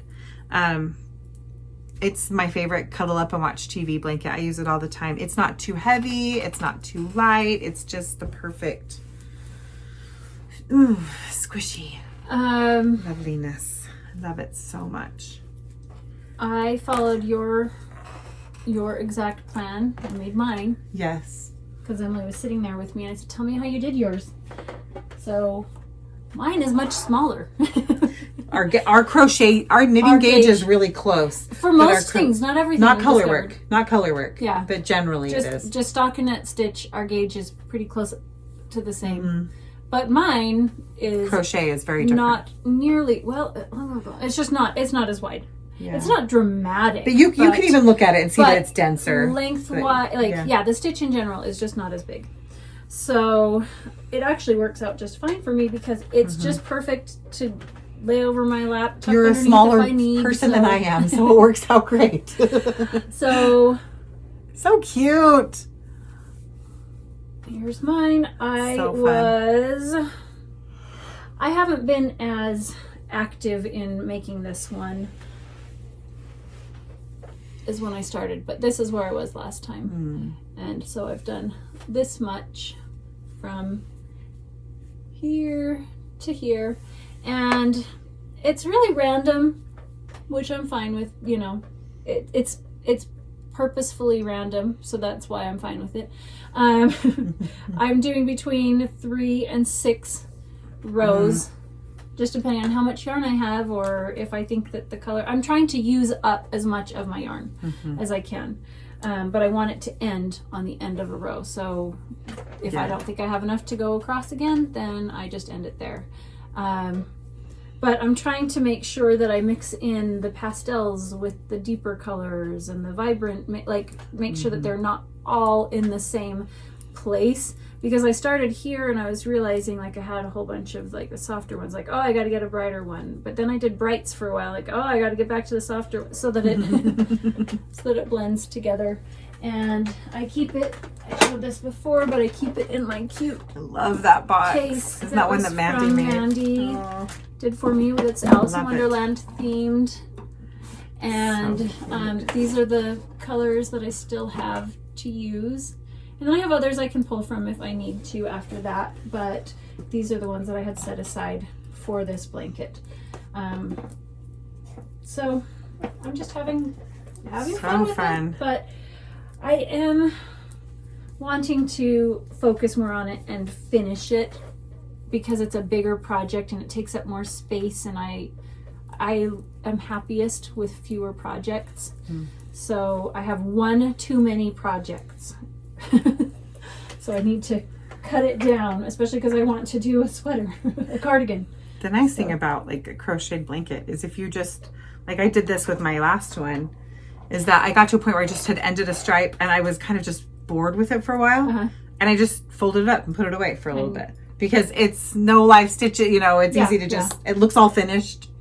And then later I was like, okay, now I'm ready to work on it again. I do struggle with that because when I put something away, I don't tend to pull it out again. Yeah. So I am one that I clean a room, like my sewing room, by finishing the projects. That's how I clean the room. It's like how my kids would clean up their Legos. They have to build them all. So I'm like, okay, well, I can't clean it unless I finish this dress or unless I finish this thing, and so I want... Yeah, that's my brain. Well, I'm tidying up this yarn right now. You're tidying up this yarn? I'm tidying up this yarn. Good job. Okay, what else are you working on? Okay, well, I'm working on a little one of these. You know what? I'm not going to show you right that. I'm in the middle of a row. I'll show you this. Oh, this is exciting. knitting a shawl. Hold on, I got to get to the right page. This is the shawl of all the charts. This shawl is for my daughter, Aria. I've got to find the right pages to show. Sorry. Hold on just a sec. Here we go. Okay, so here's one of the examples of it. It is called the something Twinity. Twinity, like Trinity, marriage, but with a W. Twinity. And it's called the Twinity lace shawl with beads. I am not doing the beads. It doesn't even say who it's by. And all those pages. Nope, doesn't say who it's by. That's interesting. The pattern doesn't say that anywhere. Is so funny. Okay, but I am knitting it in an undyed yarn, and then it is going to have a very narrow pink border. And that was actually one of the examples that were given. Here is another picture there of it. One of the example photos, I actually found this on Pinterest, is how I came across it. And I saw the example of it all in the white with the narrow light pink border. And that's when I fell in love with it. And then I went and looked at the other ones. And I'm like, that's really impressive. But the gradient thing was not, what I was looking for. This is going to be one of those things that is so hard to tell because it's a lace weight shawl all crumpled up on the needles. It was like the flowers for Yvonne. Yes. You remember that, Deborah? I'm so proud of you. I can't remember most things, but that one, the shawl of death. The death shawl, yeah. So this is where I am. Fell. Did something fall? Or I don't. I think just hit the bag? I think something just hit the bag. Okay. Anyway, so this is where I am so far. So it's quite a bit bigger than what you can tell looking at this, but because it's just here, kind I'll of show you. bunched Here up on the needles. is one of the little petally parts of it, and I am knitting this with Juniper Moon Farms Findley, which is 50% merino wool, 50% mulberry silk. Got this lovely kind of sheen to it. It's a lace weight. It has 798 yards to 100 grams. So it's kind of pull that picture up again. Yeah. So they can see the relationship of the size in the beginning here to the pattern. So this is the little parts that I just tried to show right here. So that's what it looks like right there. Anyway, so it is an extremely complicated pattern. I knew that going into it. In the description, it says, advanced knitters, be aware you're going to have to be only looking at the charts. You're going to have to read your knitting because no wrong side rows are given. And you have to know when to do knits and purl stitches. Like, it gives you all this information. And then when you're reading charts, there are repeats within repeats and beginnings of row and ends of row. And now repeat the center section 3 times. But within that center section, repeat this little section 4 times, So, I mean, it's complicated and I'm loving it. It is so fun. It's the kind of knitting that I sit at my kitchen table with the chart laid out, looking at it while I'm knitting. It's not, and I don't work on it for hours and hours at a time. I work on it and do, a couple of rows at a time. But I am thoroughly enjoying it. And that reminds me, here's a little something. Oh, that's not the one. That one's mine. This is the one for you. Thanks. Anyway, just absolutely loving it. It's so much fun. And right now, it doesn't look like a lot, but I have learned, because when I knit flowers for Yvonne, the whole time I kept thinking, is this even going to turn out? And then in the end, it was magnificent, stunning. And at the very least, this yarn isn't slippery while I'm also trying to knit it so like that other stuff was. It's nice. It's lovely. I think it's going to have a beautiful drape with the silk. It's got this great texture here. It's amazing how complicated that texture was. It wasn't like, oh, just do this. I had to look at every stitch of the chart because of where, anyway. And then this little part is, oh, that's the back. It's really fun to see it coming to life. I have lots of stitch markers. I had got these little ones from Jules of So Sweet Violet. I got a little set of her little rainbow stitch markers, and they're so pretty. Anyway, this is really fun to knit. There's something about just sinking your teeth into something super challenging that for me, I know this is not for everybody. We were talking to some friends about this, and one of my friends was like, that would make me cry and I would hate it and I would not enjoy it at all.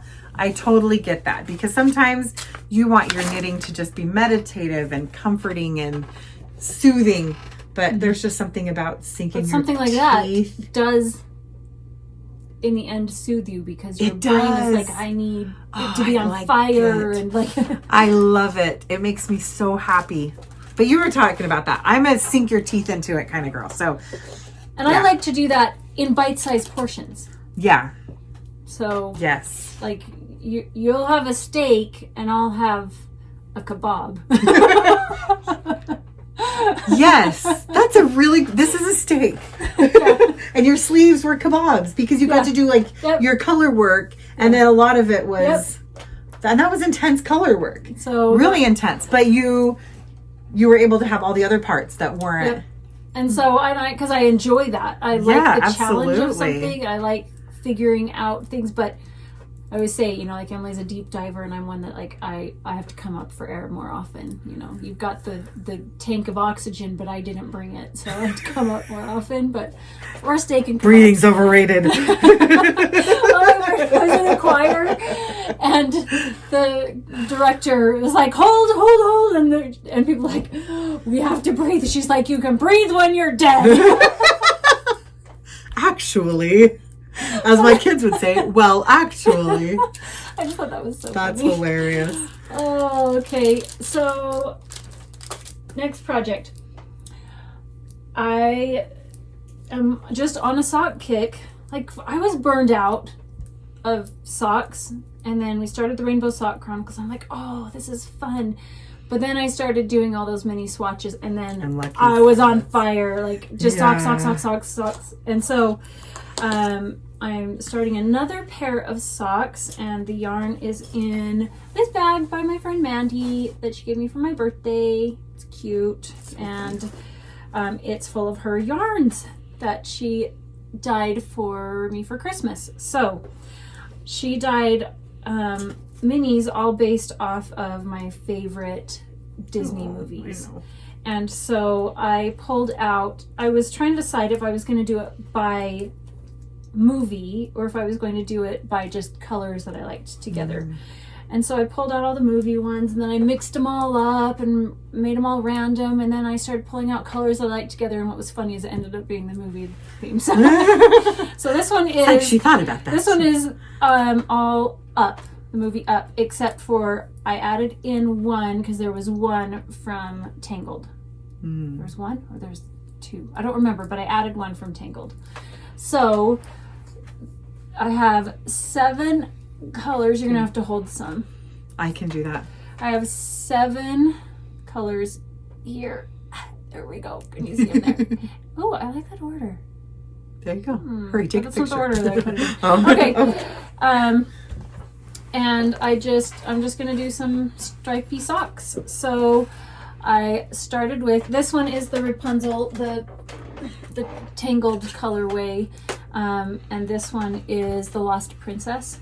There was one more. It was the Lanterns. I don't remember the name of it, but it was the Lanterns. It was one other colorway if I remember correctly. So I did 22 rounds of 2x2 ribbing, and then I'm going to do 12 rounds of each color, and that should take me through the heel. So 7 from here down through the heel for the length that I liked. I measured a sock and counted out how many rounds do I need, and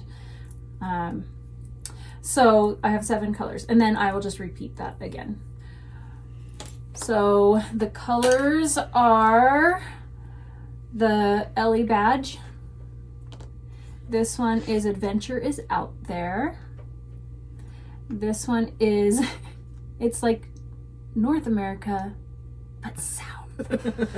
And And then this one is, just a minute, Cross Your Heart. That's Cross it. so cute. Cross it. The Lost Princess, I already showed you that one. I am currently working on Carl and Ellie. And then the last one is You Can Take Us There in a Blimp. So fun.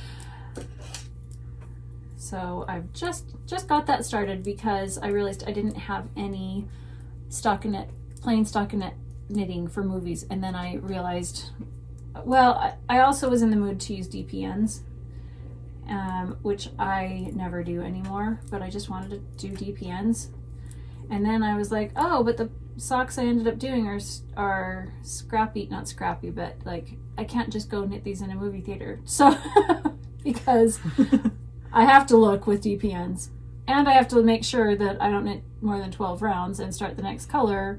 And so that doesn't work. So now I need to start another pair. But I just wanted to use my cute. I was debating between using these minis, or I got this set from Christy of Yarn Cafe Creations, and this is one of her. This is the Rainbow Dash collection, her mini skein set, and they're so cute. And I was thinking I would make these into some socks. Emily, I got that set too. Yeah. Which was a really nice gift, but I was debating between the two, so this will have to be the next one. I would never ever have thought to put that purple and that coral together, and I love it so much. Yeah, it's really fun. And then I bought a full skein of her Wonder Bolts. Is that one of these? Yeah, see it right? It's right there. Can you see it? I think it's this one right here. No, this one says, oh no, never mind. It is. I love it. It's so pretty. So gorgeous. Okay. Did you make it to the end of the... I did. I made it to the end of the row. I am making another Cozy Memories or mitered square blanket. And I just have so many scraps. I mean, you can see this basket over here is minis and partial skeins that are all... I have so many and they're so beautiful and I want to use them. Look at that huge thing. It's just kind of ridiculous, actually. That is not by the way, that's not all of the partial skeins. It's just all my favorites that are just put there together. It's my, what is it? It's the happy basket. Yes, it's a happy basket. And so anyway, I keep it right over there. My chair, my favorite knitting chair is over there in the corner. And so it's like right handy. Anyway, so I've just been working on it and I decided this time I wanted to make the squares a little bit bigger. The first time I made this, I burned out of it fairly quickly. I knit it at a tighter gauge and smaller squares. And I didn't love all the yarns that I put in it. So I kind of ended up just ending it and it's like a baby blanket size or a lap blanket size. But I have so many little scraps and there's just something really satisfying about being able to just knit a square with your scraps. And so anyway, what I did is instead of doing 48 stitches, which is what I did on my last one, I'm doing 60. And then the needle that I am using is a 3.25 millimeter. It's a US size 3. So it's a little bit looser of a gauge, but I know that I really enjoy fingering weight on a 3 needle. It's just a really pleasant thing. So that's why I picked it. So I just knit a square and I thought, okay, do I feel like it's going to turn into a good blanket? And I do. So I'm liking it. I like how it's turning out. And I'm just using some of my favorites. And it's just fun. And what I'm doing is I started in the center and I'm knitting out so that all of my increase lines, I don't know if you can see that. Yeah, you can kind of see how they're making V's. They basically start from the center and it makes these big V's that go out in all the different directions.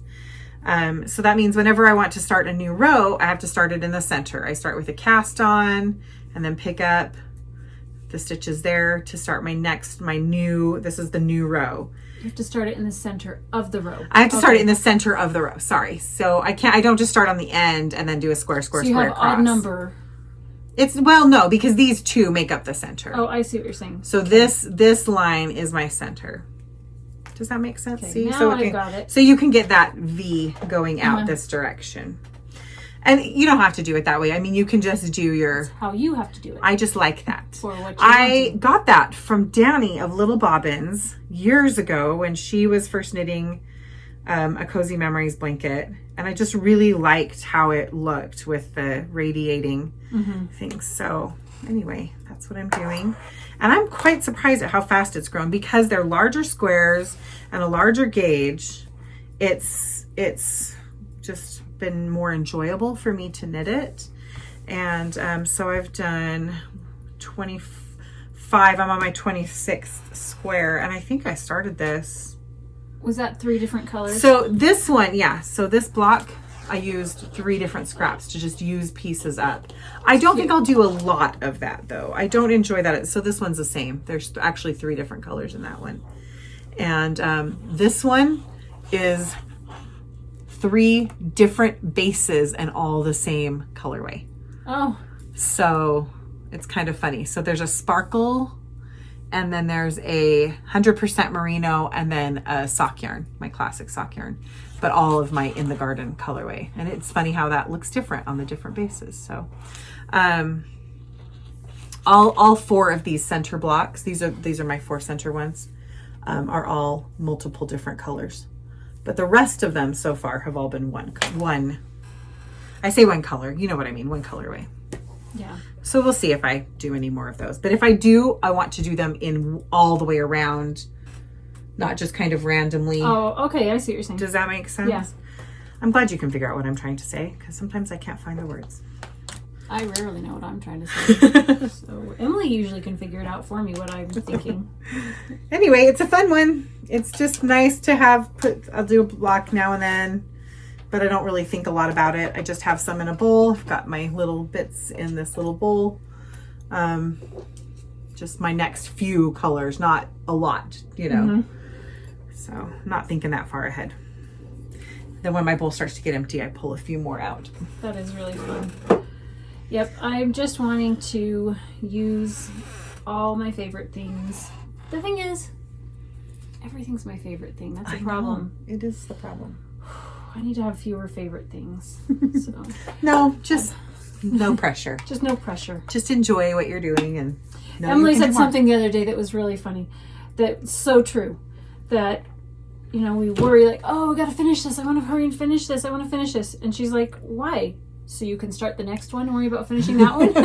Like, just enjoy it. Well, but also on the flip side, it's okay if you're not enjoying a project. Like, sometimes we put so much pressure on ourselves, like, oh, but I don't know, I'm just not enjoying it. And I'm like, sometimes you can just go, I really want to wear this, so I'm going to force myself to knit on it for 20 minutes every day and get it done with.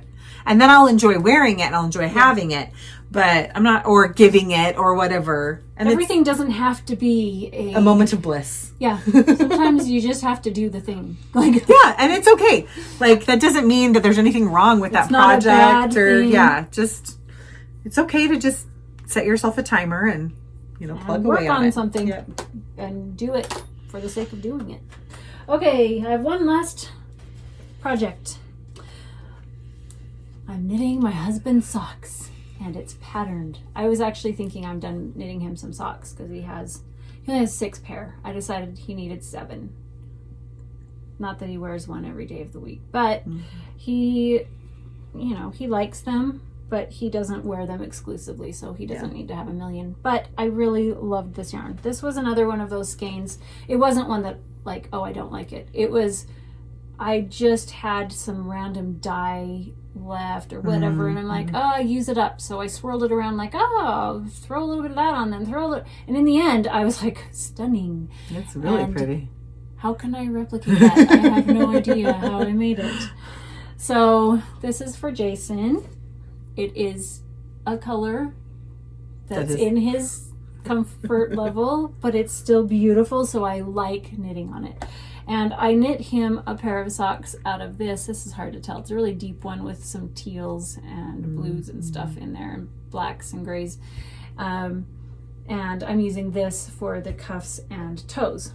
on the sock.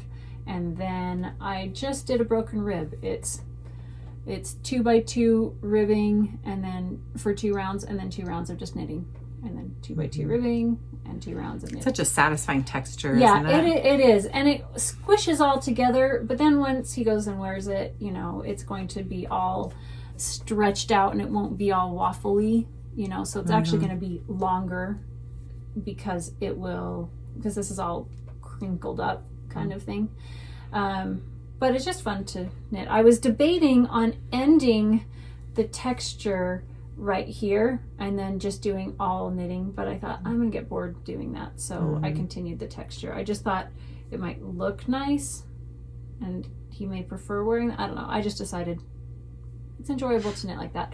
So I did 68 stitches. I cast on 68. So it's hard to find patterns for the sizes that we need in our family. I need 60. There's not a lot of patterns for 60. And my husband, it's best with 68 because, wait, no, was it 68? 64 is a little too tight, and I added 4 more. Yeah, it's 68 stitches. And most, they go from 64 up to like 70, 72. So there's not as many that are 68. So I could find that he would like. So a simple texture works really well. Really basic texture, and it's a first sock. And I actually would be done with this one, but for such a basic sock, I messed it up so many times.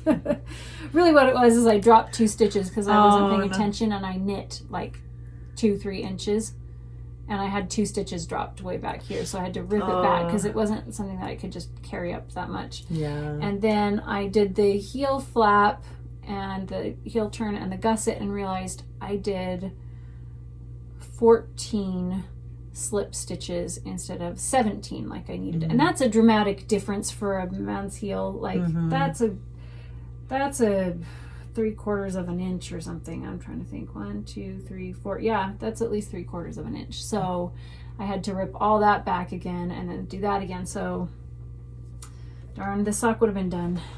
That's okay. So I could cast on the next one.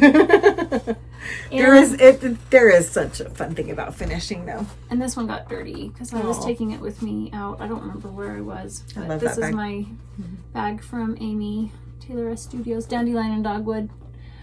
It came with this, but I never use it because it's too pretty to use. It has to. Same, mine still is on there too. But I love this one. Love this bag. So fun. So that's my last project that I'm working on. Same. I have my last knitting. I have a quilt that I'm working on that I'll show next time. But we had enough. I do have, if you follow me on Instagram, I had a clean out and resort of all of my notions pouches and all of my notions and stitch markers, all of that stuff. And I ended up with a bag of these. A lot of people love these. I just find that I don't use them, and I have an excess of them, and I keep finding them all over my house. And then I have a whole bunch of progress keepers, stitch markers, different ones that are like sets, some that are individual ones. Here's a set, if I can get it to, it's kind of tangled there. A set with roses and fun dingly things, and another set of some. These are ones that I used in my tutorials for how to knit socks, and everybody asked me where I got these, and I don't even know they were a gift, but I don't use them other than that. But that was the one that, like, do they have the knit two together and SSK? Everybody wanted to know where to get them, so here's some fun red, white, and blue set. Anyway, so I have, and then a whole bunch of different ones. So I have that, and then I have some little notions pouches that I'm not using. So I say that because now that I have these, they don't just get thrown away. They're too precious to throw away. So if there's somebody that's like, I would love them, then go ahead and mention that below.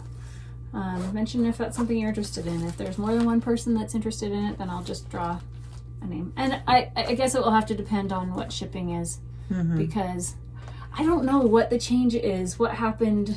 Well, just shipping to the EU is just it's expensive, but also there was something like I don't understand. I just know that there's a lot of places that won't even ship to. So you're just shipping US then? So probably. Yeah. Since I don't know what's going on with shipping. So if that's something you're interested in, I have that. Awesome. All right. Well, it is time for Kindness is Like Sugar.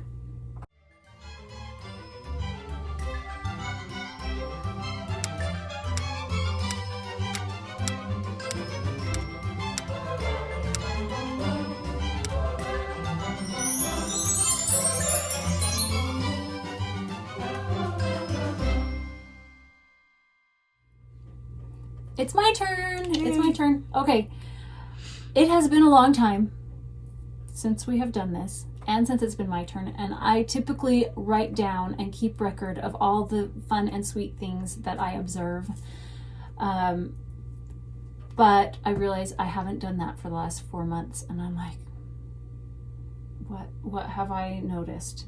And so I started thinking about it, and it was like this flood of all of these awesome things and fun things that I have witnessed. And I thought, well, now there's too many to choose from.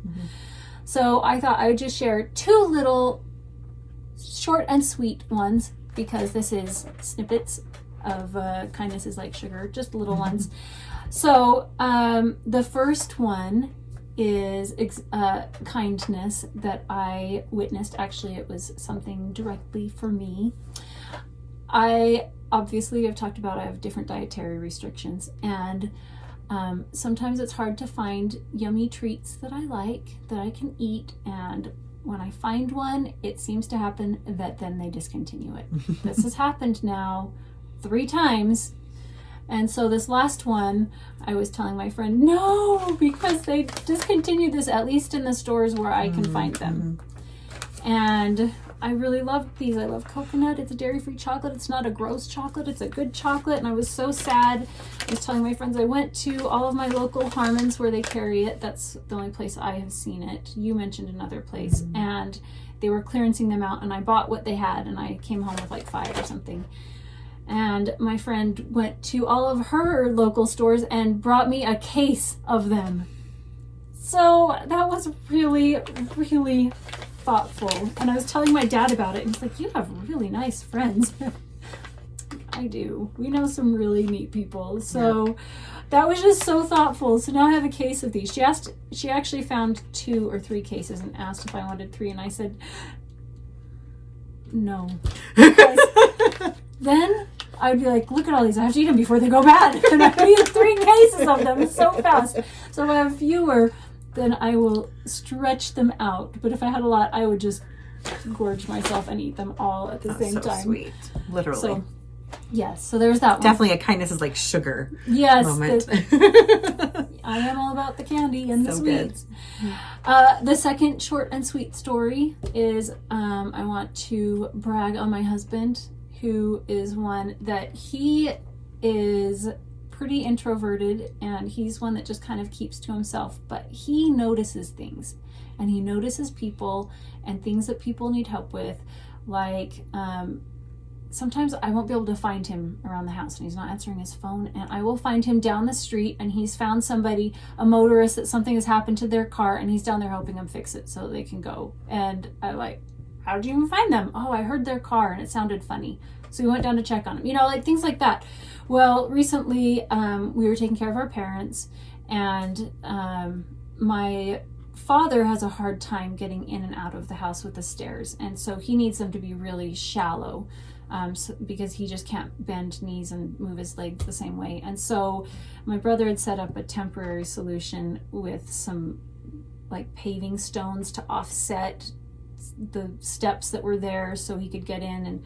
But I twisted my ankle going out to get something from the fridge when I was there, and I mentioned to my husband, oh, those darn pavers. My husband's like, oh, we have needed to fix those forever. I can't believe we haven't done it. And he's like, if you are twisting your ankle, what's going to happen to your dad? So we were ready to go home, but he went out and got all the supplies and came back and rebuilt the stairs out so that they were more shallow. He built some up and built some out so that it's just a really shallow incline. So I just had to brag on my husband because he just notices things and thinks about others, and he doesn't have really much free time, but he always spends it doing something for somebody else. There's my That's awesome. my And I was really kindness grateful segment. for those stairs the other day when I went out there and Ruby, their little puppy, was running around my feet. And I was like, oh, I'm so glad, because going out the stairs is really It's treacherous. tricky. It was Yeah. treacherous before with the setup. Mm-hmm. And it had to be that way because my dad Yeah. couldn't get in the house. And my Yeah. brother was just trying to, he's like, okay, here's a temporary solution. We need a permanent one. Mm-hmm. Well, that temporary solution was there for 2-3 years. Yeah. So You're right. we It's- never did do anything about it. And it was always like, someday, you know. We're going to get to this. We're going to get to this. We're going to get to this. All right. Share anything that you've witnessed. Would love to hear some kindnesses down below. Little Yes. things make a big difference. Little things. Yep. That is just, We need to flood the world with all those little things. And we receive that a lot here. I mean, like Christy giving us these, and Jewel sent me some those little stitch rainbow markers. stitch markers. I Yep. mean, we get words of encouragement all the time here and on Instagram, and that makes a big difference. So let's just flood the world with that. That's the purpose of this segment, to inspire you to recognize them and to remember those and to maybe perpetuate those. Absolutely. Okay, All right. shop time, shop news. news. Do you have some shop news? I do. So I have a very random assortment of things in the shop right now, because I have some things that are kind of previewing for fall, some things that are kind of held over. Anyway, so I'm going to just show some of the things that I've got. Right now I have a couple of Hogwarts history, a couple of single skeins, also sock sets. That's what. So what fun. would you say are your most popular? This or one, most requested? oh gracious, this one, especially in like knitting stores, is one of my best sellers ever. That one's a lot of fun. I also still have a few maple sugar party. Becky sets. Kelch, KLC. If you look her up on Instagram, she knit a shawl. It's It has so this colorway in there. Oh, it's so good. It's gorgeous. She just finished it and it's amazing. Gorgeous. Oh. And that's actually one of my fall colorways. And I also have Copperfield, which is another fall colorway. I have Misselthwaite, and actually, you wouldn't believe it, but this is my all-time #1 best-selling yarn. Of all the bright colors I have and everything, Misselthwaite is so popular. It's got reds and golds and purples and greens, but just speckled throughout this charcoal color. And I have Vanity Fair. And I have just a couple, I think maybe 3 of my Americana set, which has Liberty or Death, 1776, We the People, Declaration, and Common Sense. Love that. So I have, I think, Love it. 3 of those, and then they're done. I'm not doing those again, at least not this year. Okay, then I have a couple of really fun new colors that I'm so excited about. These are both Dr. Seuss inspired, and there will be more Dr. Seuss inspired colorways. This is Truffula Trees. Love. I love this one. I love this one. Oh, and then this one is Oh, the Places You'll Go. Those are so fun. And I am gonna knit my. They look so good together. They do. They look amazing together. And both of these look great with my Seuss colorway, which comes in all my bases. So, and is in the shop as well. The Seuss is your author's line, and it's the Seuss is a semi-solid, and it's this green that goes really well with it. So anyway, this is going to be my colorway, my yarn for my blue socks for my Rainbow Chronicles, my July colorway. So those are both in stock in my shop as well. So I've just got a whole bunch of different assortment in there. Plus I've got author's colors. I don't have my full author's line available right now, but I've got a good selection. So those are all there. It's fun stuff. I also really quickly have to say, I have my last Hunger Games installment is there as well. So that will be the last one. And then I will be bringing a few of my very favorite colors from the past months. So I'll have the Capitol from this last month. I'll have Effie Trinket and probably Girl on Fire that I will be putting in the shop after I finish this round. And then Hunger Games will be done and there will be a new club starting in the fall. So fun. It is fun. Okay, I have to show you this bag first of all. I made this for, obviously, this summer because red, white, and blue, and Disney. That's what I had my It's a Small World cowl in when I was working on this project. But since that was empty, I put in some of my yarns that I wanted to show you. So I brought back my Tiki Room collection, which is funny. I brought it back. I dyed 10 of these last summer. Is that all? 10 sets because I wanted it for me and I wasn't dyeing yarn like to sell. That's right. So I'm like, it's not worth it to dye 5 different little mini skate, like just put in 10, do 10 sets. So I did that and then that was it. And then I moved on and I'm like, it's so much fun and I can't believe it. And then I used several of these. I dyed some bigger ones and I wanted more for myself. So I re-dyed these, did quite a few, and I think I have one set left. I might dye more of those, but I did full skeins of all of these as well. And you know what? I did full skeins of Tiki Room, of Tropical Hideaway, and I knit socks with that last year. I loved that one, but when I did Birds of Paradise, I love this one so much. Oh, I love this one. I love it. This would be so cute to make the ice cream swirl hat. The pattern that I have would be adorable. Because of the way this is dyed, so I might do one of those with this. So, but I was thinking if I were to do color work, because I was thinking of doing a color work sweater, like having a color work yoke, that these 2 colorways, this one's Aloha and this one is Tweet. They're so pretty together. I think that I would put those together. But anyways, I have a few of those. I have one of these sets and a few of the different full skeins still available in my shop. I was going to show you earlier. This is the Jawbreaker. I love this one. I think this is probably my favorite.